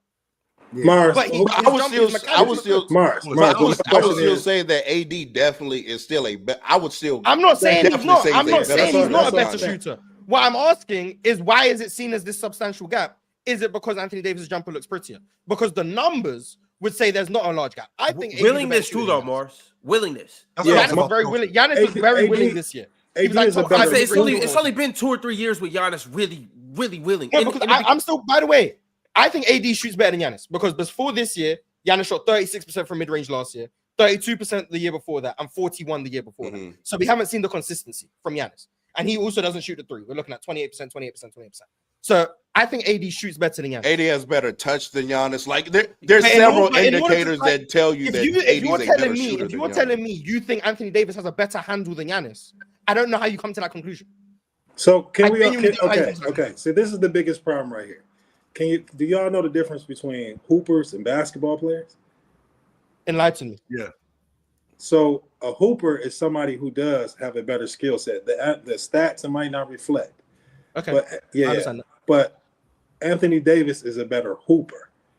So like he can dribble better, he can shoot better, look better, this, that, and the other. But how can he dribble? Giannis is a better basketball player. Like he's just going to the rim. Like maybe the issue is that actually playing, that you can really understand the difference. You can't really describe it, because you will bring up the stats and stuff like that. But Anthony Davis is a better hooper. So it's like it's a couple players who I can name, but Giannis is just a better basketball player. He's playing the game better. He's efficient. He's doing what he needs to do to win. A better basketball player is more effective. A better hooper is more skilled. I understand that. Yeah, that's my question is, how is Anthony Davis more skilled? That's my question. Well, I was about to answer your question, Miles. I think that because we see Giannis so much in transition, and because the game is fast and him handling the basketball in transition, that goes with Anthony Davis handling the ball in the half court and getting one-on-ones. Still does that more. Yes, but Giannis, you see a lot of quick stuff with Giannis. Like with Anthony Davis, you see Giannis sweeping through, throw the ball. Yeah, you see him back. Yeah, you see him. His game is majority play finishing. Well, it is, but I also see Anthony Davis handling the basketball in the wing, and I also see a little bit more. I see some more throwing the ball between his legs a little bit more. I'll see him throw the ball behind his back a little bit more. I do see him in terms of passing. I think Giannis is a better passer, and I think that has to do with skill set. But when I'm talking about handling the basketball, I think when you see Giannis in transition, that kind of blows everybody away, and it completely takes away. Giannis was running point guard for the Bucks, and again, the Lakers was running their offense through Anthony Davis. Yeah, as a hub, dribble handoffs. Right, but he was also putting. But here's the difference, though, Mars. It wasn't just because it was dribble handles. He was also putting the ball on the floor too. He was putting the ball on the floor. He was getting to the. He was the reason why is because one, Giannis is a better athlete, and I'm not going to argue that point. And he's a better ball handler. I don't think so, Mars. And the reason I don't know, Mars. This is where y'all don't, because I know what Trey is saying, because I would agree. Because this is the conversation between like ball handling and moves. AD has more moves and counters than Giannis, right? With the basketball, with the pivot, and even like playing off his pivot foot and all that kind of like. I know that's what Trey is saying. Yeah, but what Marge is saying, and which is also true, is that like AD also can't do what Giannis does as far as like consistently manning an offense at the top of the key or consistently dribbling through traffic in transition to get to the cup as consistent as Giannis. Like AD doesn't do that either. But I get what you're saying, and I do think that AD probably is like has more to go to if this doesn't work. I know that's what you're saying. Giannis is more just like that Michael part Beasley is a better hooper than LeBron James, but LeBron James is a clear better basketball player. Real talk, you still on this side? That's why this is the whole thing about LeBron and Beasley losing one-on-ones in the Heat practice. I understand what he said. I still strongly disagree. I don't agree if you think Michael Beasley's more skilled than LeBron. I just don't agree with. I know what you're saying. I'm understanding the words. I'm disagreeing with them. Like I know what you're saying. I think AD and Giannis was way more reasonable. AD and Giannis are obviously a lot more reasonable because I think AD is supremely skilled. I think if you were talking about Pelicans AD when he was slimmer, when he was more agile, I could see eye to eye. This current AD that had to bulk up to play the 5, I don't see the same skill set that you're alluding to. He plays more off the ball. He's more of a play finisher. A lot of his catch and lobs. His post-up game is a lot of just turnaround jumpers, which is valuable. But when we're talking about skill and counters, he doesn't have a whole bunch of counters. It's just he's going to fade over his left shoulder or he's going to hit you with the little jump hook. It's not a whole bunch of counters. So he doesn't have He's shooting that step back though, He shoots a step back midi, but then I would like my counter to that would be Giannis doesn't need the counters because he can get by you. But because Giannis is so much better as a ball handler, AD's counter when he sees traffic is to step back. Giannis's counter when he sees traffic is to split it and still get to the basket. It's still a counter, but just a different way. That's athleticism. But it's I'm not saying Giannis is Kyrie, but being able to have a multitude of gathers, being able to split traps is length, it's athleticism, but it's also a skill. Giannis There's a reason JaVale McGee can't do what Giannis can do. There's a reason. They have very similar athletic dimensions, but one has the skill to be able to execute. Giannis can play out the triple threat. I never. Can I ask you guys a question? Giannis can play out the triple threat. Do you want Giannis or AD? As good as Anthony Davis out face-up? I would say no, but Giannis absolutely can play out triple threat and face-up. Absolutely. But do you want AD? And he's even improved his post game in recent years. No, I'm gonna choose Giannis over Giannis on your team. I'm gonna choose Giannis every time. Well, Giannis is better today. We're not gonna argue. I'm not gonna argue that for point. me, I just think it's more of a conversation if you have like Pelicans Anthony Davis. I think that's more of a conversation. Here's the question that I have for you, Mars, to counter what you just said. I mean, like you just said, slimmer AD, right? More agile AD. Yeah. Well, that ball handling skill, just because I moved to the 5 and just because I play more as a 5 and I'm a more of a dribble handle pub guy, well, that skill set that I had when I was splitting double teams, when I was countering with the ball on the floor, that skill set doesn't go away. I'm just not doing it as much. But it sounds to me like it sounds slower. Well, here's the difference. No, I'm just not using it as much. Now, here's the difference, Mars. But that's my argument. My point to you is with Anthony Davis, with him still having that skill set, it sounds to me like Giannis has passed him. It's not that Giannis is just it's not that Anthony Davis isn't a great ball handler. It sounds like Giannis has surpassed him as a ball handler. Yeah, Giannis is better. Because he used I'm not to be. saying AD's better. I'm saying Giannis is better. Today, I think Giannis I think Giannis today is a better Anthony player. Davis is not a better ball handler than today Giannis. That's what I'm saying. And yeah, I think we'll have to respectfully agree. But AD's more of a center. He stays under that paint more. He rebounds more lately. AD's is kind of under the post. He doesn't have that versatility like Giannis that had the ball in the handle and go outside and it kind of go downhill more. He's doing his damage from the outside to in. Greek freak is Davis is kind of inside to out. He's more of a post player than Giannis to me. With him being more, he actually is, He's more of a post player. I just think you guys are living off what Anthony Davis was 7 years ago and applying it to today and saying he can still do those things. And that's where we disagree.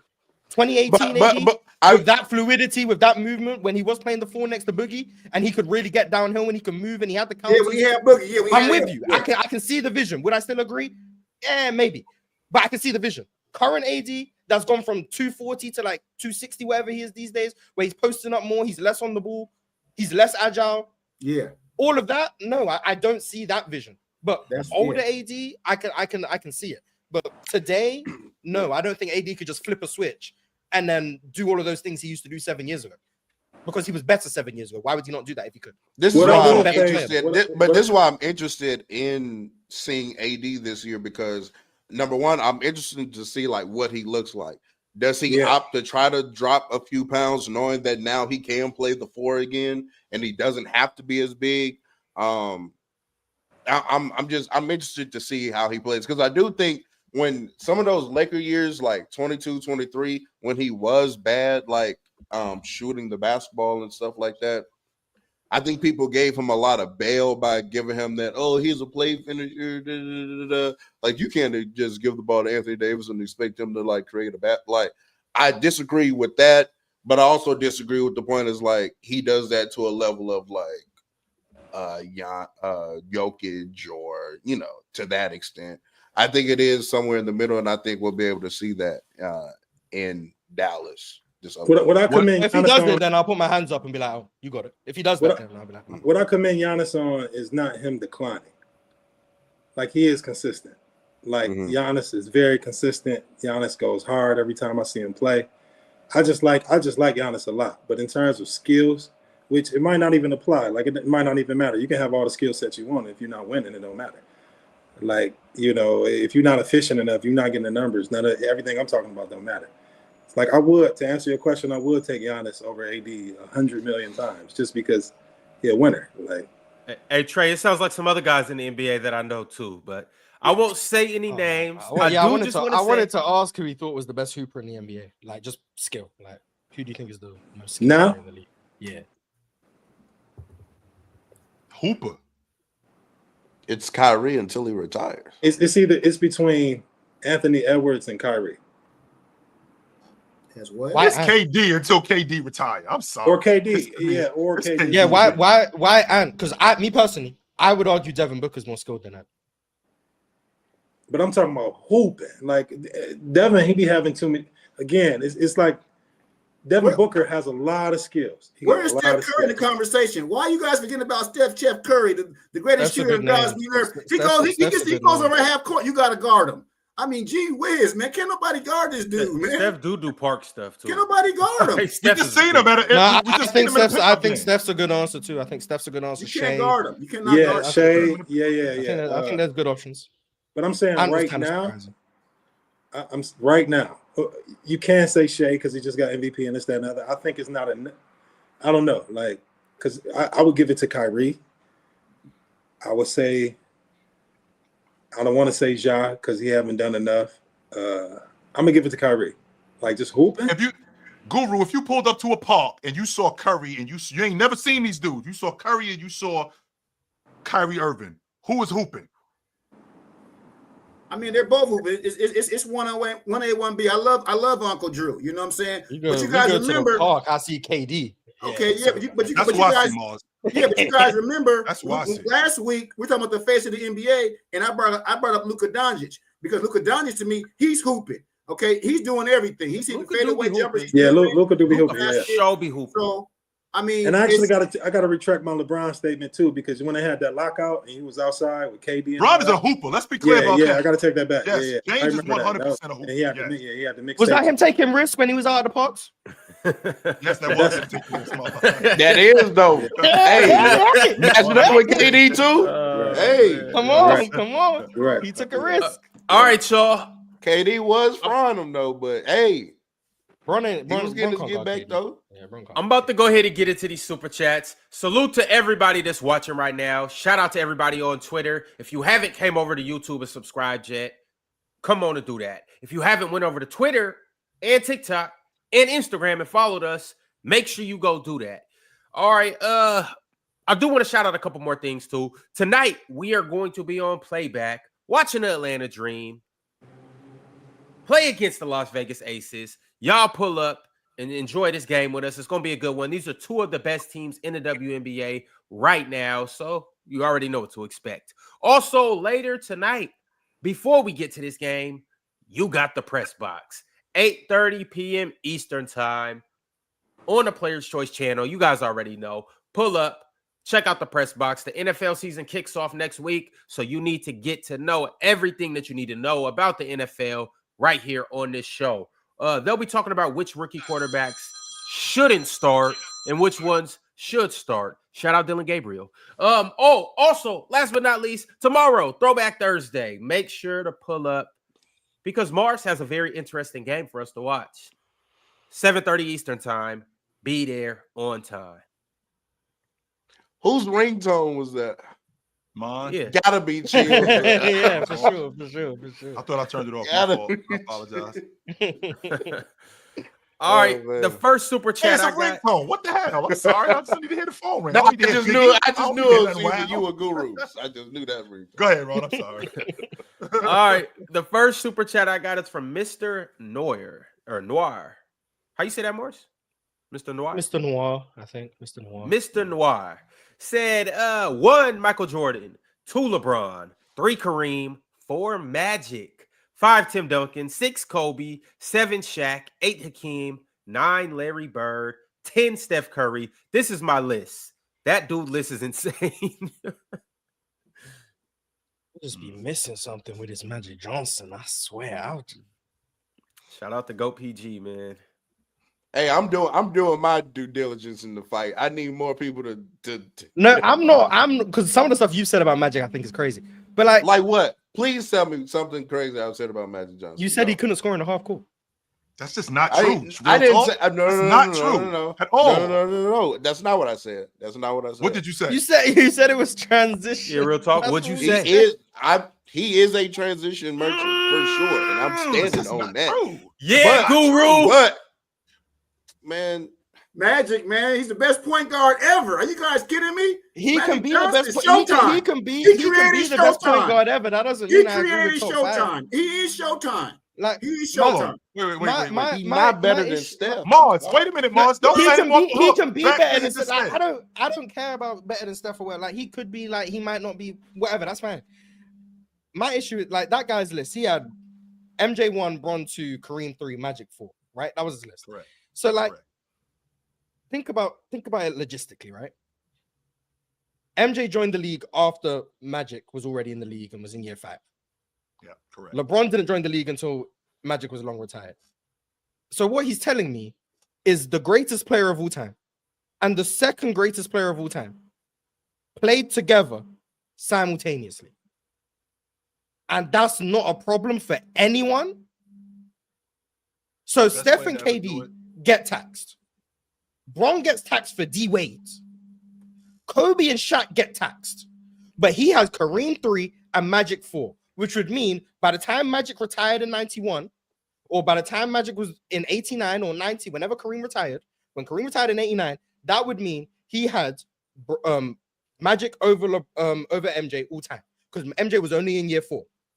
So you're telling me the greatest player of all time and the second greatest player of all time were on the same team together for Magic's whole career, bar 3 years, 89, 90, and 90, 91, and then that year he came back in 96.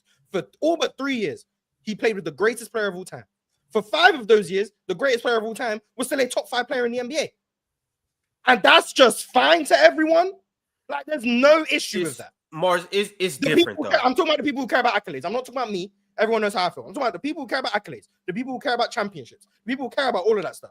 We can tax Kevin Durant. We can tax Steph Curry. We can tax LeBron James. All of them, Bill Russell gets taxed. But show taxing Kobe and Shaq. But the 2 greatest players of all time were on the same team together, and there's no tax for that. That's all. And that makes sense? That's just fine? No, it doesn't. How? No, it doesn't. No, it does not. It does make sense. Explain it to me, because it doesn't make sense to me. Well, first off, they did more than everybody else that you mentioned as duos. Okay. They did. They are the most successful pairing. They are the most successful pairing ever. The reason why it's MJ not and a Pippen, tax but close is because, first off, Kareem, before Magic got there, had already put together a Hall of Fame resume, a historic resume. Before Magic got there, Magic got drafted onto the team and was not supposed to be that good. Magic showed up like Fresh Prince of Bel-Air with his backpack at the door. Hold on, Morris. Wait. Look, can I finish my statement? No, he was ready. He was the number 1 overall pick. Obviously, he has high expectations. He's not supposed to come in and be better than Kareem Abdul-Jabbar. His first year, he's not supposed to win that. I know. Listen to what I'm saying. He's not supposed to win that Finals MVP. Right. He's not supposed to play that good on the top stage. Right. He wasn't supposed to do that. He was though. No, he wasn't. They gave Magic the Johnson Finals MVP. They gave Magic Johnson the Finals MVP in 1980 because Kareem wasn't at the game. I understand that, Morris. That's the I reason get he that. got it. I agree. I believe that Kareem should have won that. Here's No, the point that I'm trying to make. It's not that he should have. I'm letting you know. The voters voted Kareem. The TV producers said Kareem's not at the game. We need to award this to someone. If he was there, they would have gave it to If Jabbar. Kareem, he literally got the award because He it was would there, they look would've good on gave TV. it Like, that's not me making that up. Okay, He no, literally got He given the was award. hurt. No, he was hurt. Mars, that's cool. Yes, Kareem was hurt, but that's he cool. literally That got doesn't given take the away award from the for level of TV play. optics. No, Mars, that's cool. That doesn't take away from the level of play that Magic was playing at, though. 42 in that points, game, absolutely. 15 In that rebounds, series, 7 assists. like that was Game 7 was amazing. Absolutely. Over Game Moses and 7 Dr. was J. all-time great. Over And Moses. so that's what I'm saying. Like, Stop, see, you- you Moses remember- wasn't there. It was Darryl Dawkins and This is why the Cole old Jones. head stuff. This is why the old head stuff. It was Cole gets to us. Jones and Darryl Dawkins. It wasn't Moses wasn't on the crew at that time. No, he wasn't. And in Moses fact, when wasn't Magic there. Johnson played Moses Malone the next year, he airballed the game-winning shot. That's what happened. And they got they bounced. lost. So They Moses lost to the wasn't below there, so 500 stop. Houston Rockets the next year. Let's That's stop, actually what man. happened the first time he saw Moses. Then the next time he saw Moses, they got swept again. That's what happened. So actually, him and Moses, it wasn't going well for Mr. Magic Johnson. Not to mention, I posted a tweet maybe a week ago, 2 weeks ago, talking about someone dribbling the ball out in the NBA Finals. And everyone starts responding, talking about J.R. Smith. Well, actually, it was Mr. Top 5 player of all time, Magic Johnson, who did it first. He did it. But somehow, no one talks about it. Mr. Greatest point guard of all time, highest IQ of all time, top 5 player of all time. Time out. Dribbling the ball out in the NBA Finals. gotta stop that. Imagine if LeBron James did that. Imagine Steph Curry gets clowned for his turnover in Game 7 when he threw it behind his back to Clay. What Magic did was worse. Trey, we was watching that game going, what is he doing? Yeah, time out though. But What is he doing? Magic accomplishments though. It's so much bigger than that. Like, what are you doing, What man? we talking about? Like, yeah, Magic is nah, you wilding out. Like he done made you wilding out. Like Magic. All I said was that the best player and second greatest player of all time played together, and that Magic Johnson doesn't get held to the same standard as Morris, guys like Kobe. they Kobe didn't played with Shaq, and I still don't hear the end of it. Yeah, but they didn't Because team up though, Morris. Magic is the only rookie So they to were win just the on the Finals same team. MVP. He's the only rookie to ever win the Finals. Magic got drafted. And you're minimizing him. You're Yeah, minimizing you him. minimizing He got Magic. drafted. He's wilding out.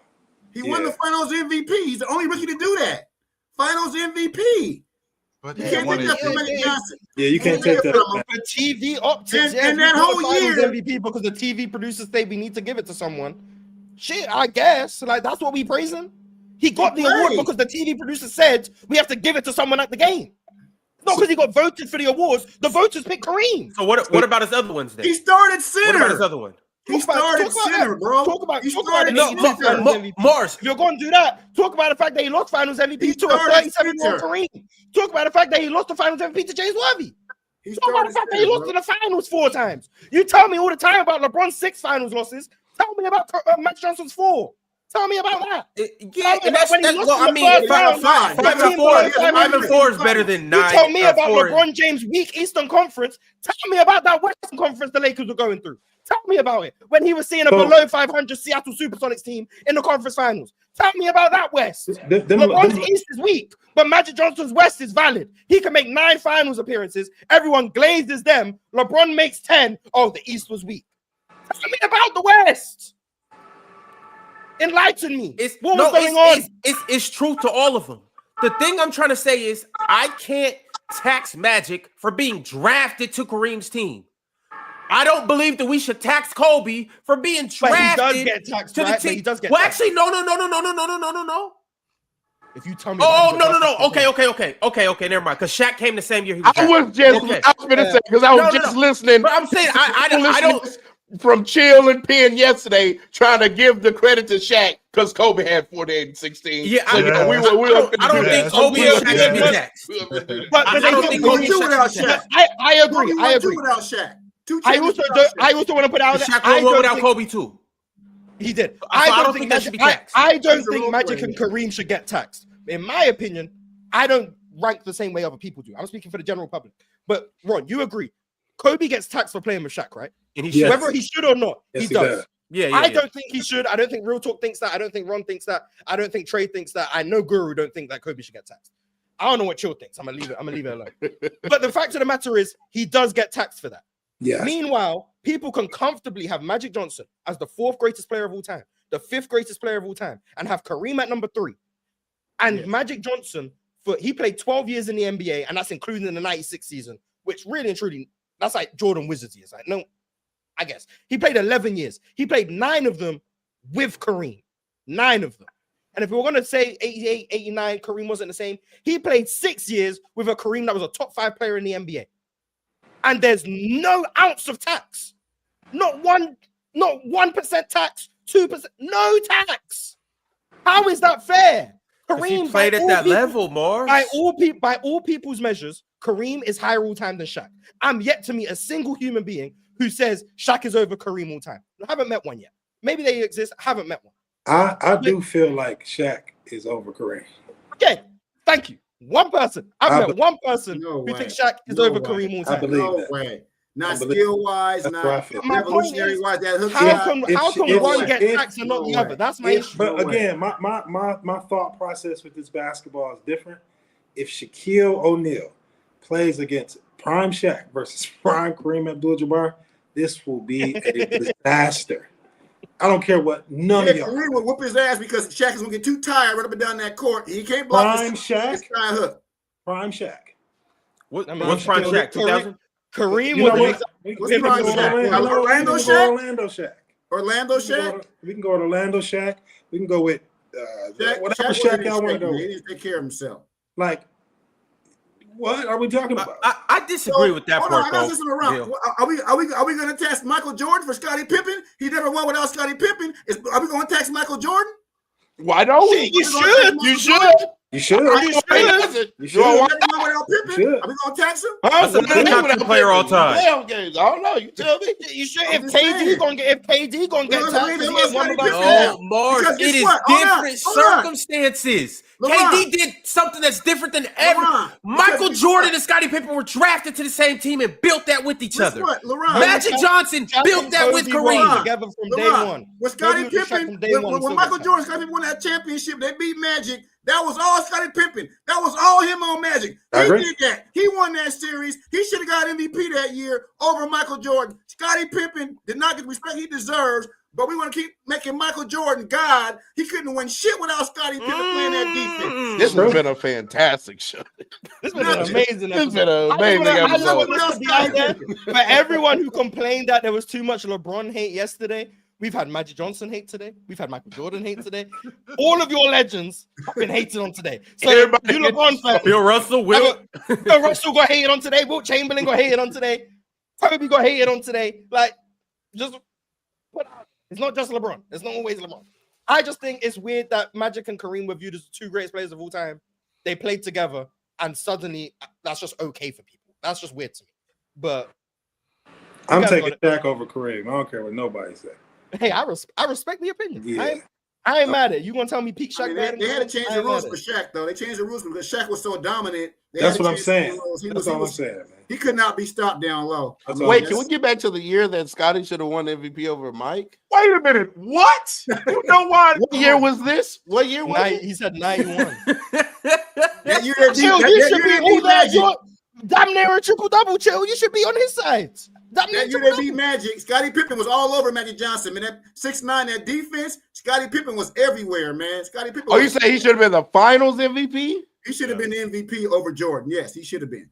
The Finals MVP. Yeah, Scottie Pippen damn near triple-double. That's what Chill said. Jordan still definitely was the. He averaged 30 and 11. He averaged 30. Did he average 30 and 11 in that series? Stop, Guru. Come on, man. Stop. This is your Kobe over Michael agenda. Stop. This is nonsense. We're not doing that. Is that what this is, Guru? I'm That's rolling exactly with what you. this is. Is that what what did Mike average in that final series? 30 and 11 and 6. I'm choosing Kobe over Mike too. 30 and 11 and 6. Oh yeah, there we go. I'm rolling with you. I don't care what nobody say. Kobe beating this nigga 1-on-1. Yeah. He beating Mike 1-on-1. If it was prime, both of them, he gonna slow Mike down. In the words of Jordan, If the Lakers with Shaq play the Bulls, Lakers and them winning. Like that, I'm going So with Kobe. is Kobe your go-to? He one of them. But, my perspective about basketball different. Allen Iverson my GOAT. So, Oh, okay. I just like hoopers, In the words of Jordan, there's nobody who could beat me one-on-one except Kobe because he steals all my moves. That's it. That's cool. And does them better. Yeah. Cool.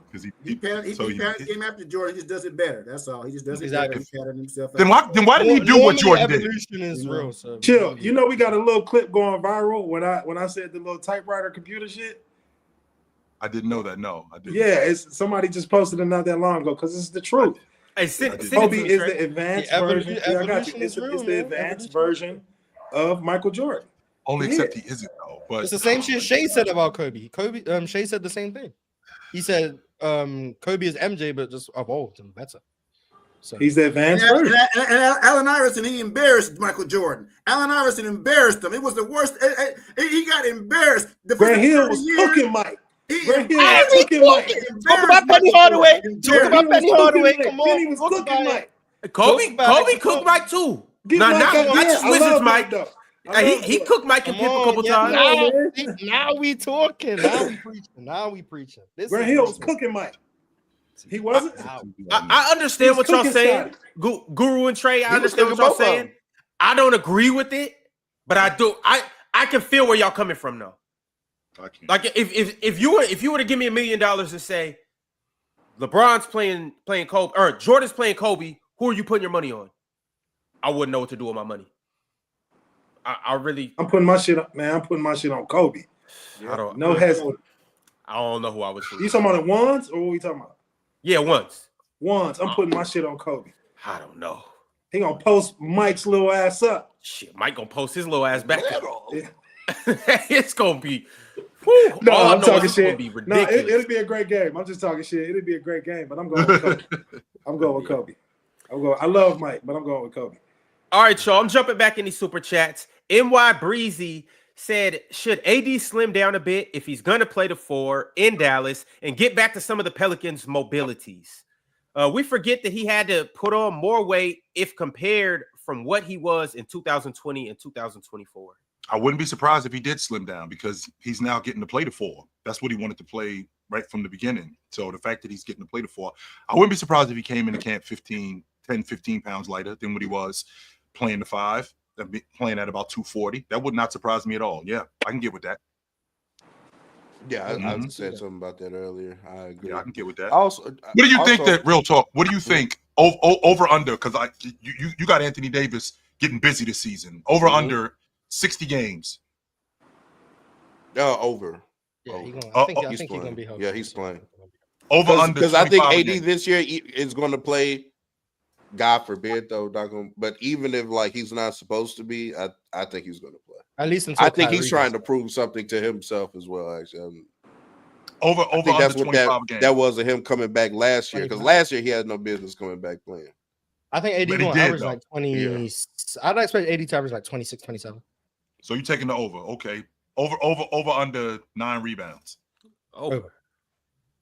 Well, it's not that easy because you remember Lively, Gaffney. Yeah, they got a lot of they're gonna get that team is gonna rebound. Yeah, a lot of front. I would expect AD to be around 9, like 9.5. That's what I expect him to be. So last year in his 9 games, he averaged 20 and 10, like on the dot for Dallas. But Kyrie's not starting the season off playing, right? That's he won't be back until around the All-Star break. He won't be back until that All-Star break. Yeah. So AD, I see AD having some big numbers to start the season. He got some big numbers. See that. All right.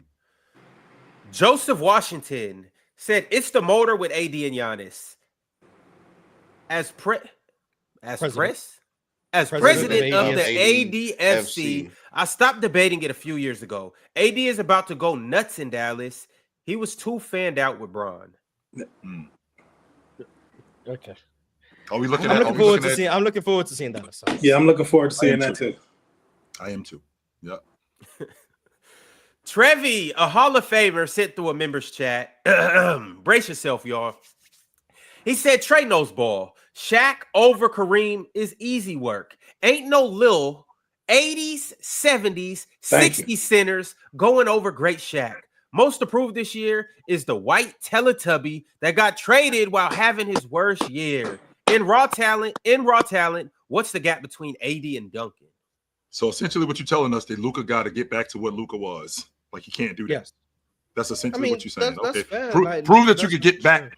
Prove that you can get back to what you were. And have y'all been seeing them over there? By the way, yes. In Eurobasket, Yeah. Do they play today? Yeah. Yes. Play today It or starts tomorrow? today, Ron. It actually starts. But does Slovenia play today or do they play tomorrow? I don't know. Sure. Okay. I don't know. have you been But seeing he looks Şengün amazing. at Eurobasket? Hey, you know what? Like I said on my show on Coach Flicks TV, I do every morning. Make sure you guys upload it at Coach Flicks TV. Luka should not even be playing over there for Slovenia. He's an NBA player. They're paying him big money. It's $57 million a year. He should not be playing. Okay, only during the Olympic year. He should not be playing overseas right now. He should Why? be Why shouldn't he be playing? NBA. Why shouldn't Because he play? plays for the Only Lakers. Olympic If year. he That's played why. for Dallas, he wouldn't give a damn about That's what why. Luka was doing. He If he needs to played, play. if Luka was still on the Mavericks, he wouldn't give a damn about Yes, Luka playing for exactly. He Slovenia. should not be playing. He should not be playing. He plays for the Lakers, and he's playing for a championship now this year because the Lakers are going to the championship, and he can get hurt. He should not be playing overseas. No, he need to play over there so he can't. So y'all can get to that. So we can get to that championship. He need that. He need that. He need that European competition to wake back up, like when he was at Real Madrid and all that. He need that. Like he not at risk of injury. Like he all right. He done slimmed down a little bit.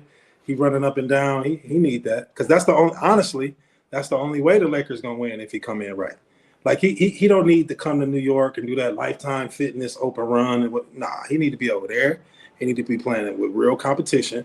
He need to get his elite mindset back. That. Yeah, and so we can come back and do what he need to do with LeBron. I disagree. And on top of that, I need him being as close to this version of who he is starting the season as possible. Yeah, that's why Giannis if he got Giannis, months in Slovenia is between also and not Luka that good, chilling. so they're not gonna go there. that's why Giannis come back with such an edge. Yeah, Slovenia is also not going to go that far in the tournament. So Y'all seen they got smacked by Serbia the other day. They beat them by Yeah, they like also 40. finna be up out of yeah, there. they gonna be out real quick. So you ain't gonna worry too much about Luka. Gonna play like 4 games and then they'll be back home. So. Which is great too, because now this goes right into training camp. So it's not like we got When is training camp? September? 20 late September. 26. That's exactly what he needs. That's because exactly in the games, what Luka got to play defense. Yeah. And you know I'm over here now. He got to play defense. Mm-hmm. It ain't he got to play D, and that's the problem with Luka. He don't play no goddamn defense. Like he got to play when he over there. His coach, he don't care about him playing for the Lakers. His coach gonna say, "Yo, you need to play defense, big dog," and that's what he needs to reawaken in order to help LeBron get his legacy. You know what I'm saying? Especially as us as Laker fans, we need that. We need that out of Luka. So he asked, what is the difference in raw talent, or what's the gap between AD and Duncan? I think AD is more. I think AD is more talented than Tim Duncan. I do think that. I do think he's more. I think. So why you get so mad at Dion? Why y'all get mad at Dion? Yeah, now we got a whole viral clip. More time you agree with Dion. Okay, whoa. Are we saying that because? Are we saying because Tim Duncan? Because the stuff he said about Anthony Davis, he didn't say that about Tim Duncan. That's why. He said he was basically saying what Trey says. He was saying AD about Hooper. That's what he was saying. Like he more skilled. He more talented. He wasn't saying accolade. He was saying nah. Putting them both on the basketball court. AD, Tim Duncan. They're both at the park. AD's better. That's what he was saying. Yeah. And here you are agreeing with the sentiment. Meanwhile, we got a whole viral clip of you disagreeing. I think he's more talented than him. 100%, I do. I think he's got a little bit more talent than him. But is AD the most talented power forward ever? Huh? Not more than Dirk. Not more than KG. I don't think he's more talented. I don't think he's more talented than Dirk. Dirk is the talent that you go to. For me, Kevin Garnett is the answer. For me, Kevin Garnett would be the answer. Yeah. Like, do y'all remember how 80 good seconds? Dirk was? 83rd? I think Dirk is between Dirk and KG. Dirk is incredible. I think wait, KG chill. Do you have Dirk was more of a small forward. He's more of a small forward to me. He didn't play no defense either. He did. Okay. Chill. Do you think Dirk is better than Giannis? Yes, I do. Oh my goodness! Hey, are you kidding me? I don't think so. Are you crazy? Yes, I do. What? Not only that, Trey. I'm gonna say it to your face. Jabbar with a bust Shaq ass. Fuck no. Jabbar with a bust, Hell no. bust Shaq ass. Hold Hell on, yeah. man. There you go, I said Chill. that- That's my goal. And I said it to Shaq. I told him to his face, Jabbar would have ate your lunch. And what'd he say? Yes, sir. What'd he say? He wanted to fight. To be fair, I say Yeah, that's KD's because better I than know. Giannis, Shaq, so no, I can't really nigga. say 10 Like, times. Shaq ain't going for that. He wanted to fight me. Yeah. I said Jabbar would have ate your lunch. He wanted to fight me. All right, y'all. Void Century said KD doesn't need to do shit to prove anything to you. He's solidified as an all-time great and a top 20 player all time. These are stupid conversations. He said, stop these stupid conversations. Oh, yeah. Stop these stupid conversations. And then he followed up by saying, you don't have a brain, Ron. So, of course, you're wondering if KD could do it as a number one. I'm getting tired of you people acting like KD isn't him. What do you mean, you people? Yeah, what do you mean, you people? Huh, Void Century? See what happens when you open that up? Uh-huh. But see, that's what I was saying earlier about KD. Okay, you know what he just said? He said top 20. He ain't trying to be top 20. He's trying to be in the Mount Rushmore with LeBron James. And you guys keep discounting that. Like, KD is so great. He has 7 foot. He has all these skills. He can shoot. He can score. Career average, what you say, 27 points a game. I was wrong. Okay, but guess what? He has to win a championship. He has to take Houston to the finals. He has to do something to show us he is that great. He doesn't do anything else. I disagree. He has to do more. He has to do more because he got 2 with Steph Curry. It matters. KD has to win again. He has to show us how great he is, bro. He's not going to be in the conversation. He's not going to be in the conversation. Magic Johnson got 5 with Kareem, and he's number 4. So KD has to win some more. He does. Hey, well, KD better go find his Kareem. He Why left do you his think Kareem. He Dirk should have is stayed better with his than Kareem. Giannis? I'm still there. I'm sorry. What Why it do you feel think like- Dirk is what- better than Giannis? how is he not better? Like, just think about it, real talk. I mean, Dirk averaged 20 points for his career, and Giannis is averaging 30, and you saying Dirk is better? Yes. Oh, well, Giannis different is eras, average, different right? eras. Like, if Dirk played today and was able to just shoot 8 threes, I say this all the here we time. go. but We it's- Oh finna my get some- God, we just finna- Dirk on defense today? Oh, what defense? Yeah, I mean, well, it couldn't be much worse than Luka. Giannis is better than Luka. Yes, he is. Sorry, Huh? real talk. I know. What? Wait, better as far as what? Like what? Giannis is a better basketball player. Offense? There's no way. What? No, Luka?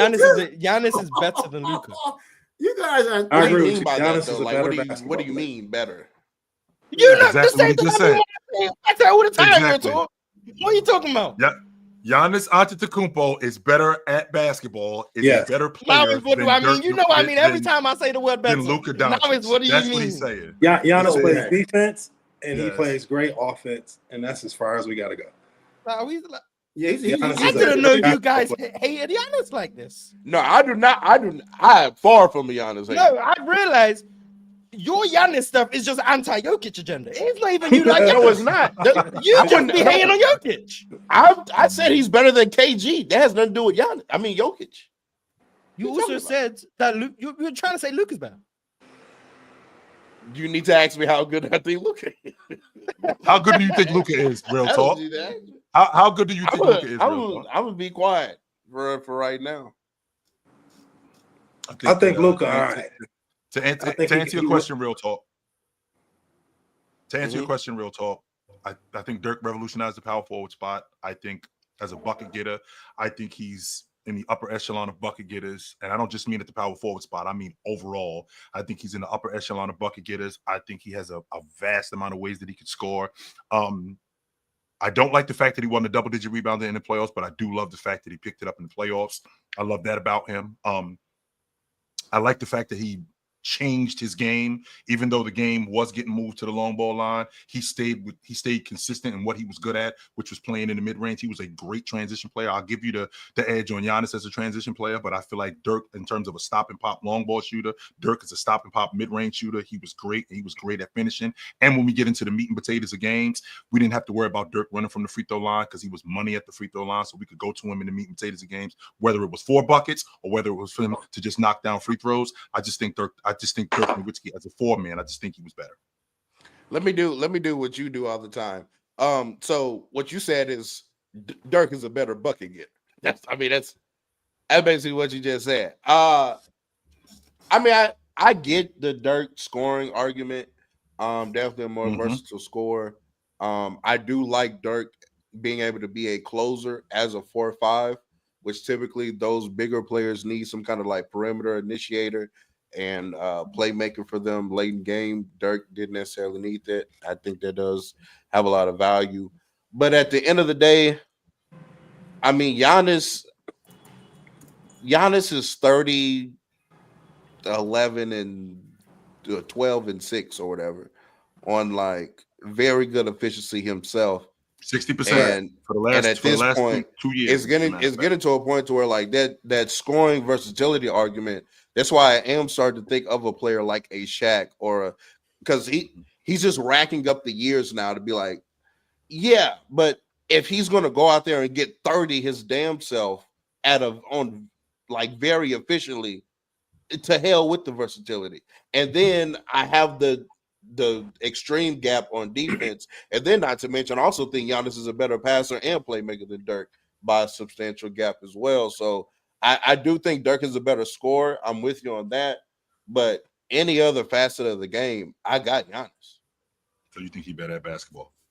I agree. And Giannis is just rate of just coming up and down the court nonstop, just playing the game versus Dirk taking his time. And I just think Giannis. Yeah, but you know what you're doing? You're basically saying he's a better two-way player. Like we tell him with Kawhi Leonard, he's a great two-way player, right? Michael Jordan, great two-way player. Kobe Bryant, LeBron James, because you have to get an all-defensive team on your resume. We're back to accolades, Chill. If you don't have it on your resume, then how are we saying you're better because you can't play one side of the court? So now you guys are taxing Luka for not being a good defender, but Luka's been getting triple doubles and 35-point games. And by the way, Luka took Dallas to the finals. And so I want to see AD do that with Kyrie, take him to the championship because Luka just did that. Okay, so no, Luka's better than AD. Be careful, Luka took him to the championship. Giannis Does anybody up here not think Luka's better than AD? I'm sorry. Nah, Luka's better than AD. Yeah. Oh, I think he is. You're not better than Giannis, though. He's better than Greek Freak too. Luka? I don't agree. Yes. I don't agree. I'm not doing that. But if Luka has a hell of a year next year, maybe I'll be willing to revisit this. But as of now, I don't think he's better. The only year I've had Luka better than Giannis is 24. That's fair. Yeah, I mean, I love Greek Freak. I think Greek Freak doesn't get enough respect. He don't get enough respect. He don't get enough respect. He deserves a lot. How much more respect does Greek Freak need? One, he's a top 2 player in the world. Dirk is better than him. We've been having these combos for the last 5 years as if I don't know if you know this. Boy in Denver just clears them, and I would never, for the life of me, understand those conversations. Keep I would going, never, real for the talk. life of me, understand. The anti-Jokic just clears Giannis. I don't get it at all. I think that is so dumb, the fact that they try to push that narrative up here and many other places. So, yeah, he's definitely underrated. It's one of the greatest peaks we've seen the past half century. Yeah. What are we doing? He's a great example of less is more. Since like 2018. Right. What? He's averaging 30 this decade. Let's just say it is what it is. All right, y'all. War V Room said Spencer Dinwiddie spoke to this. He said LeBron's capacity is so high that he never has to go full out to still be better than everyone else. I mean, LeBron himself says he coasts through the regular season. So is coasting not taking less risk? It is. He's just better. It's a testament to his greatness. He don't have to be a savage out there while everybody else has to. They got to go all out. That's what I was saying. I will say something about LeBron James. I mean, his versatility is so high, and he combines Magic, Kobe, and Jordan with he has great passing, right? He's athletic to the basket. He rebounds. I mean, he is like Magic. He can play all Guru, five. did you hear what you just said, Guru? I mean, I'm just saying, LeBron James. You just said if you combine the best, second best, and like fourth best player ever for you, you get LeBron, who's at number 7. I'm saying that he has all those skills. Yes, he is. What's 1 + 2 + 4? Real talk. Right. I can argue. We can argue he's top 3 or top 5. I'm with you, bro. I'm with you, LeBron James. But I'm saying his IQ is so high. So who's on LeBron at number 7? Guru, yeah. Hell no. Why? Don't tell me. I got Kobe 1, Magic 2, Kareem 3, Wilt 4. 2. Wilt 4. I I got Magic. I got Michael Jordan. Oh, 2. head. Kareem 3, Wilt 4, Magic 5, No. Dr. J 6, and then I got LeBron James. That's crazy. I'm gonna give you Kobe. The rest of them niggas, nah. It's only really 4 better players than LeBron. That's crazy. 6, that's crazy. 4, that's more reasonable. LeBron might be 2. It ain't no players better than James. 5. Matter of fact, speaking of Jordan, I got a bounce, yo. I got a bounce. I will see y'all dudes tomorrow. I will see y'all dudes tomorrow, yo. I'm good, man. I'll catch y'all dudes tomorrow. All right, chill. Over Jordan? LeBron over Jordan? 6 for 6 in the finals, 6 MVPs. But listen, people could keep talking about, they keep discounting LeBron getting to the finals. He got to the finals. Like 10 times. He got to the finals. Like, what are we talking about? As if Jordan went out here losing. Talk about it. That's what I'm saying. Like LeBron, like he got to the finals. Like, you know how hard it is to win an NBA championship? Like this young man is getting to the finals. Yes, he's better than Michael Jordan. I love Mike, but yeah, is he better than Kobe? That's just. Huh? Is he better than Kobe? You know what? I'm gonna like this. LeBron is a better basketball player than Kobe Bryant. Kobe Bryant is a better hooper. That's what I'm gonna go with. LeBron James. I think you gotta take that at this point. I think that's LeBron James is going to go down in history as the greatest basketball player. You can't do this. You can't. You're playing both sides. You're in the fence. You can't do this now. Okay, you know what? I'm gonna just roll LeBron there. You can't, huh? I'm just roll with LeBron. Brian. There you go. You ain't like that one. Oh my God! You should have let him stay on the fence. Exactly. You should have. It's all right, You Guru. should have stayed on the still fence. with you. I'm still with you. Brian ain't messing with Kobe. I'm still with you. But we got to get back to these super chats. Football Breakdown said, I weigh winning in my GOAT list or in my greatest of all time list more than in my best of all time list. KD is top 10 best of all time. However, getting swept in the first round in both conferences post Curry is nasty. Oh yeah, 2022 and 2024. Yeah. Mm-hmm. I get that. I mean, I do. If you do separate them, I can get the logic of KD not being too high on your greatest one, but at least you are. But then you are acknowledging like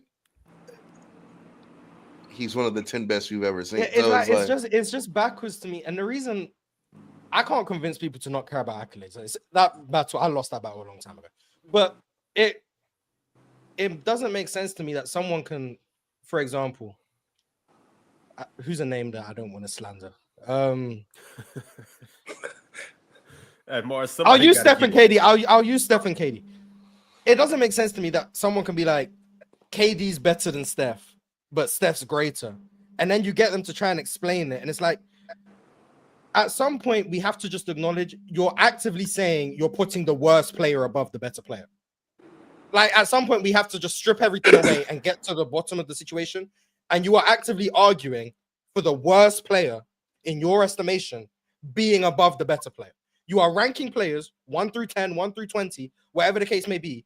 And you are saying, in your mind, it makes sense that you think this guy is worse, but I'm going to put him higher. Like, I understand accolades. I understand that. But at some point, being better at basketball has to mean something. Like, you can't just be like, yeah, I think he's better, but I'm going to put him over him. Like, what? Like, you're arguing for someone worse, in your own opinion, to be higher. That doesn't register in my brain. Steph and KD, that's more of a fair argument. However, but when you use a player like, let's go back to the Kareem and Shaq, or like, to what extent do we go there now? Because they're playing in two different eras of basketball, right? So then it's like we kind of can measure who's better easier because Steph and KD have been playing at the same time. Is what I'm saying, right? Mm-hmm. But how do you just measure who's better, quote unquote, like that?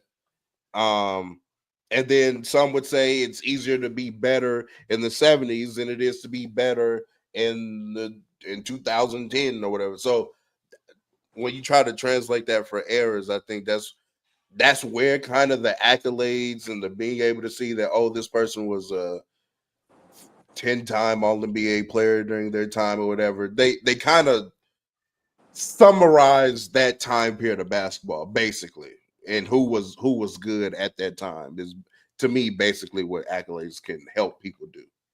All right, y'all. I got to move to the next super chat from another Axiom.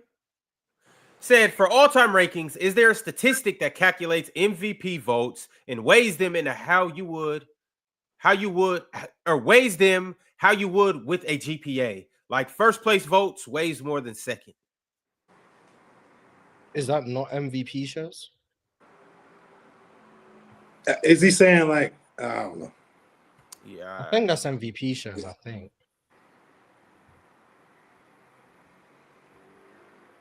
Yeah, I don't. Yeah, I can't tell you. LeBron has the most MVP shares ever for his worth. So, like the most first place votes? It's the most, I guess, Just cumulative votes weighted for his whole career. Yeah, so I guess it would weigh first place votes and second place cumulative. Yeah. And then who has the most MVP shares? LeBron has the most, MJ has the second most, Kareem has the third most. So that's most people's top three. So it's quite accurate. And then you got Larry Bird and Magic Johnson. That's reasonable. Bill Russell, reasonable. And then Jokic comes in. So, and, all right, and here's where it's going to get nasty. And Steph Curry's at 22 and KD's at 16. So do with that what you will. Jean-Marc Skeet Nielsen said, that's how you know he is a casual.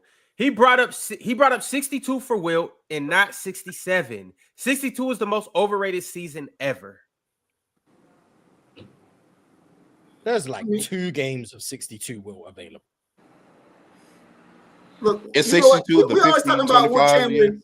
Look at the dude had 100 points in one game, right? And we sneeze at that like it was nothing. Like, who has had that kind of performance? So we're all talking about accolades all day. We're talking about rings, talking about all these things, right? But LeBron James, the all-time leading scorer, we want to give him all this credit. LeBron James is great. LeBron James is great. But what about individual performances like Wilt Chamberlain? What about the individual years like Wilt Chamberlain having 50 points and 25 rebounds in one season? Nobody's ever done that. He got 30,000 points in what, 13 seasons? I mean, if he'd kept playing, nobody would have caught Wilt Chamberlain. He retired after 14 years. So we're gonna basically give LeBron all this love because he played 20 years, right? Longevity, right? Do Kobe 82 equate to Wilt Chamberlain's 100? Yeah, I think if you equate, if you do the maths, Kobe's 81 is more than Wilt's 100. What will Wilt's 100 be like? 75. I don't know the math converting Wilt's to Kobe's era, but I think if you convert Kobe's to Wilt's era, it's like 119 or something. God damn. So what about Clay's? He only took like 3 dribbles, and what about Devin Booker's 70-something points? Devin Booker's 70 was disgusting.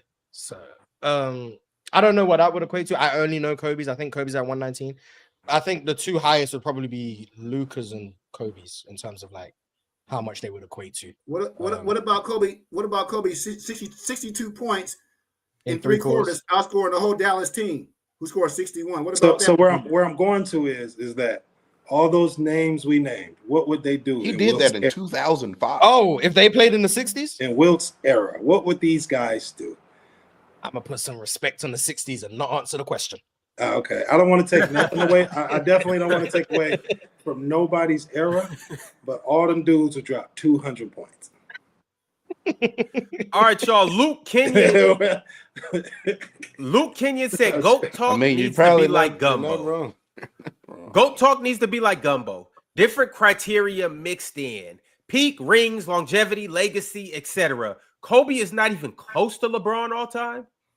Yeah. Bugging, dog. Yeah. You tripping, Luke? You tripping? Nah, my GOAT talk is a simple steak and fries. How good were you? How long were you good for? Put that together. That's your meal. There you go. We back to championships because LeBron James only has 4. So you guys talk about him going there. It doesn't get old. He only has 4 championships. And he's never heard someone use the word only for 4 championships. He only has 4. And one of them was in the bubble. That don't even count. He only has 3. So he got 3.5. You're willing, wait. You're willing to discount a Lakers championship. Oh, God. His hate for LeBron. Okay, so what happened if You'll LeBron take wins? away a championship from his franchise. What happened if he get his 5th this year? It's really his 4th. That's what happened. He gets his 5th championship. LeBron James He joins Mount Rushmore. He joins Mount Rushmore. If you get that, it's over. Yeah.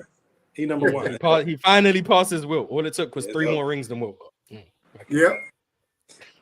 All right, y'all. Alan L said maybe one day we'll actually talk about the topic in the title. Ass host, and he yapping about Kevin Wayne. Garbage. We spoke about it a little bit. Yeah. You know? All I said is if you didn't enjoy this episode, then this episode was amazing. Yeah, this was great. Today. I don't know what you talking about. Hunter sent through a super chat and said, I mean, no player in history is beating the KD Warriors, and LeBron was easily the best player during those series. Easily?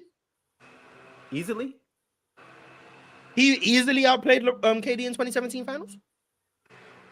No, not easily. He was better though, but not easily. That's fine. You can believe that. That's fine. Easily? We got another super chat from Slitherman. Slitherman said Wilt was snatching his teammate's shot out of the air and laying them up. Man, stop. He was doing that. It sounds like a fishing basketball. So he was taking their long shots and making sure that they would go in? Exactly. The jump shots had like a 38% chance of going in, but if he snatches it out of the air and takes it into a layup, 60% chance. Probability. Oh, man. Shout out, Will. Alan L said, Magic anywhere near the top 5 is laughable. Real ones know Bird clears. I think Bird's bad. Yeah, I think Bird's bad. You think what? I think Larry Bird's better than Magic Johnson. Better than Magic Johnson? Yes. I mean, are you kidding me? And that was clearly a fan who said that, because you know what? They gave Bird Rookie of the Year, but he's not Rookie of the Year over Magic. Magic Johnson won a championship that year as a rookie. All right, he got Finals MVP. And guess what? Magic has 5 championships and Bird has 3. Well, how is he better? How is he better? Then he has Kevin McHale. He has to get dinged too. He has Kevin McHale. He has Robert Parrish. He has DJ, the greatest son of Kareem. You telling me about Robert? He has Danny Ainge. How is he better? The man had Kareem. The man had your number 3 all the time. He did. Mars, you for real believe that though? Yeah, I think Larry Bird's better than Magic Johnson. Yeah. Hell no. He beat him in college too, did he? With Indiana State? No. I'm a Michigan guy, so you know. Okay. Right. Yeah, you got it. So the Lakers fan and the Michigan guy. Yeah, you got it. Yeah, you got it. All right, okay. I'm about to get passionate arguing for Larry Bird for no reason. Quan sent through a members chat and he said, bruh, stop wasting time with Ron. Don't nobody care about his bum ass list. Yeah. So if you don't got KD, but then when I say he got something to prove and he can move up my list, then it's Ron, shut up. So I'm losing either way it goes. Yeah, just be quiet. Then you'll win. All right, no doubt. I only talk when it's super chat time. HLS and G said, would a ring solidify KD top 10 all time? I think so. Yeah, I think for so. The masses, maybe. Yeah, I think so. That he quite solidified for me. If he can win, he with Houston. I think so. Yeah, Man Thompson already. Because then I think he consensus passes somebody like, and this is usually who's around 11, 10 area. I think he'll pass Hakeem then, like kind of by the masses, and then that puts him in that range. Yeah, the consensus is like 10, 11 that I be hearing. It's Kobe. Real talk, read my mind there. I was going to say Hakeem too. See, yeah. NY Breezy said, isn't Dr. J 1-4 in the finals? But he above Bron. You know what? Look, I'm gonna go ahead and respond. Get out of here, fellas. All right, Trey. All right. All right, Trey. Yeah. I'm gonna respond. I'm gonna respond to that. What I was saying about Dr. J was how he revolutionized the game of basketball in the dunk shot, and how excited he was, and how the game changed because of him. So you have Michael Jordan, you have all these guys copied Dr. J, and so that's where the significance of Dr. J is. And his cachet, and his charisma, and everything about Dr. J in the dunk contest.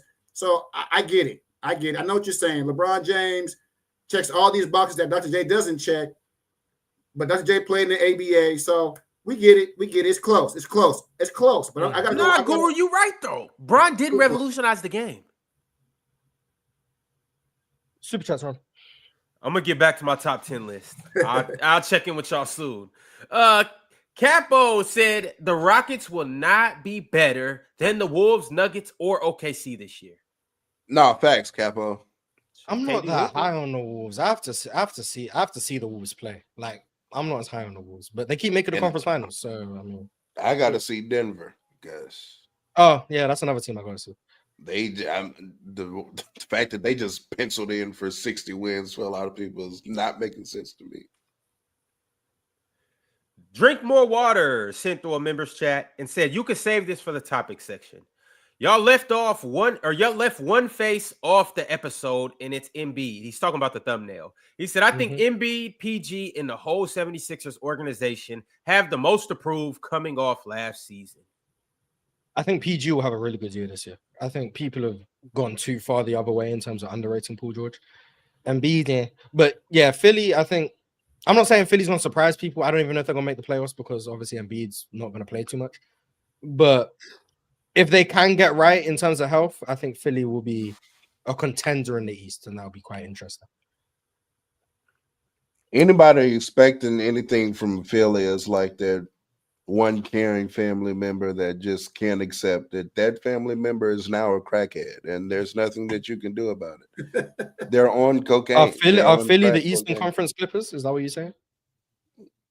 Something like that, you know. I can see the vibes, I can see the parallels, but like, yeah, stop hoping they've been on crack for 15 years. Hey, Guru. But you remember what it was like 16 years ago, man. You remember.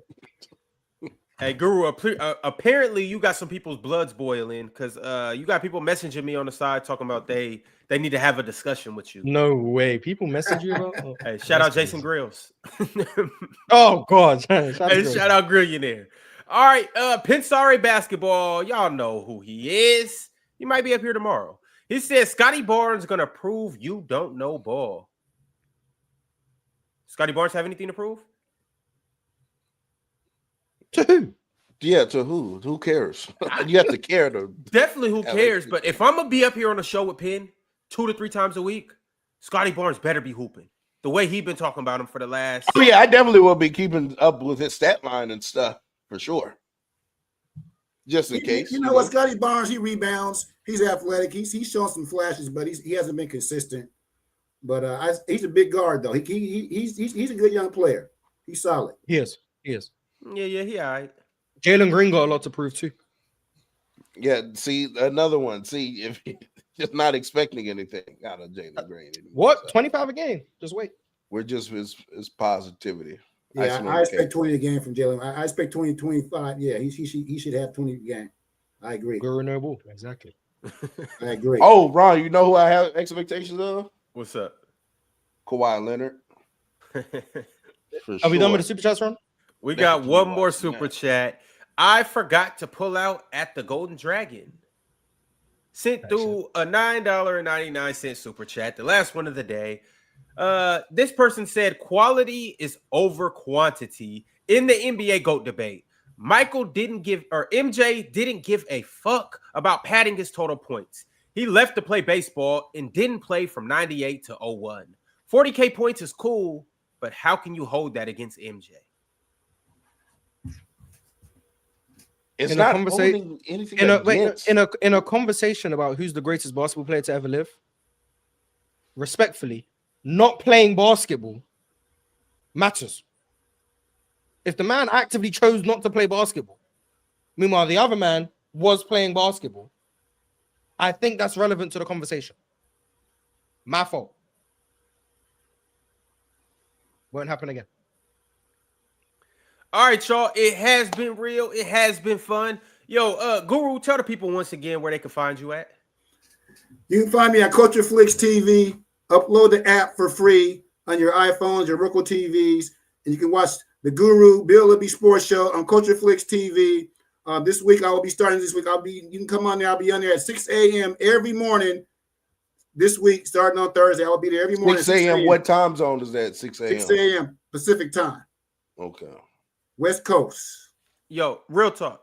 Where can Yeah. people find you if they don't know? It'll soon also be on that same app. I'm trying to get a deal worked out, but now you can catch me on YouTube. You know, Real Talk EJLT. Same as Twitter as well, and Playback RT space WRT. You should find me on Playback over there as well, man.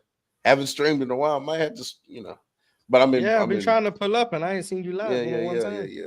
Ironing out a few details behind the scenes. Okay. Mars, where can we find you at?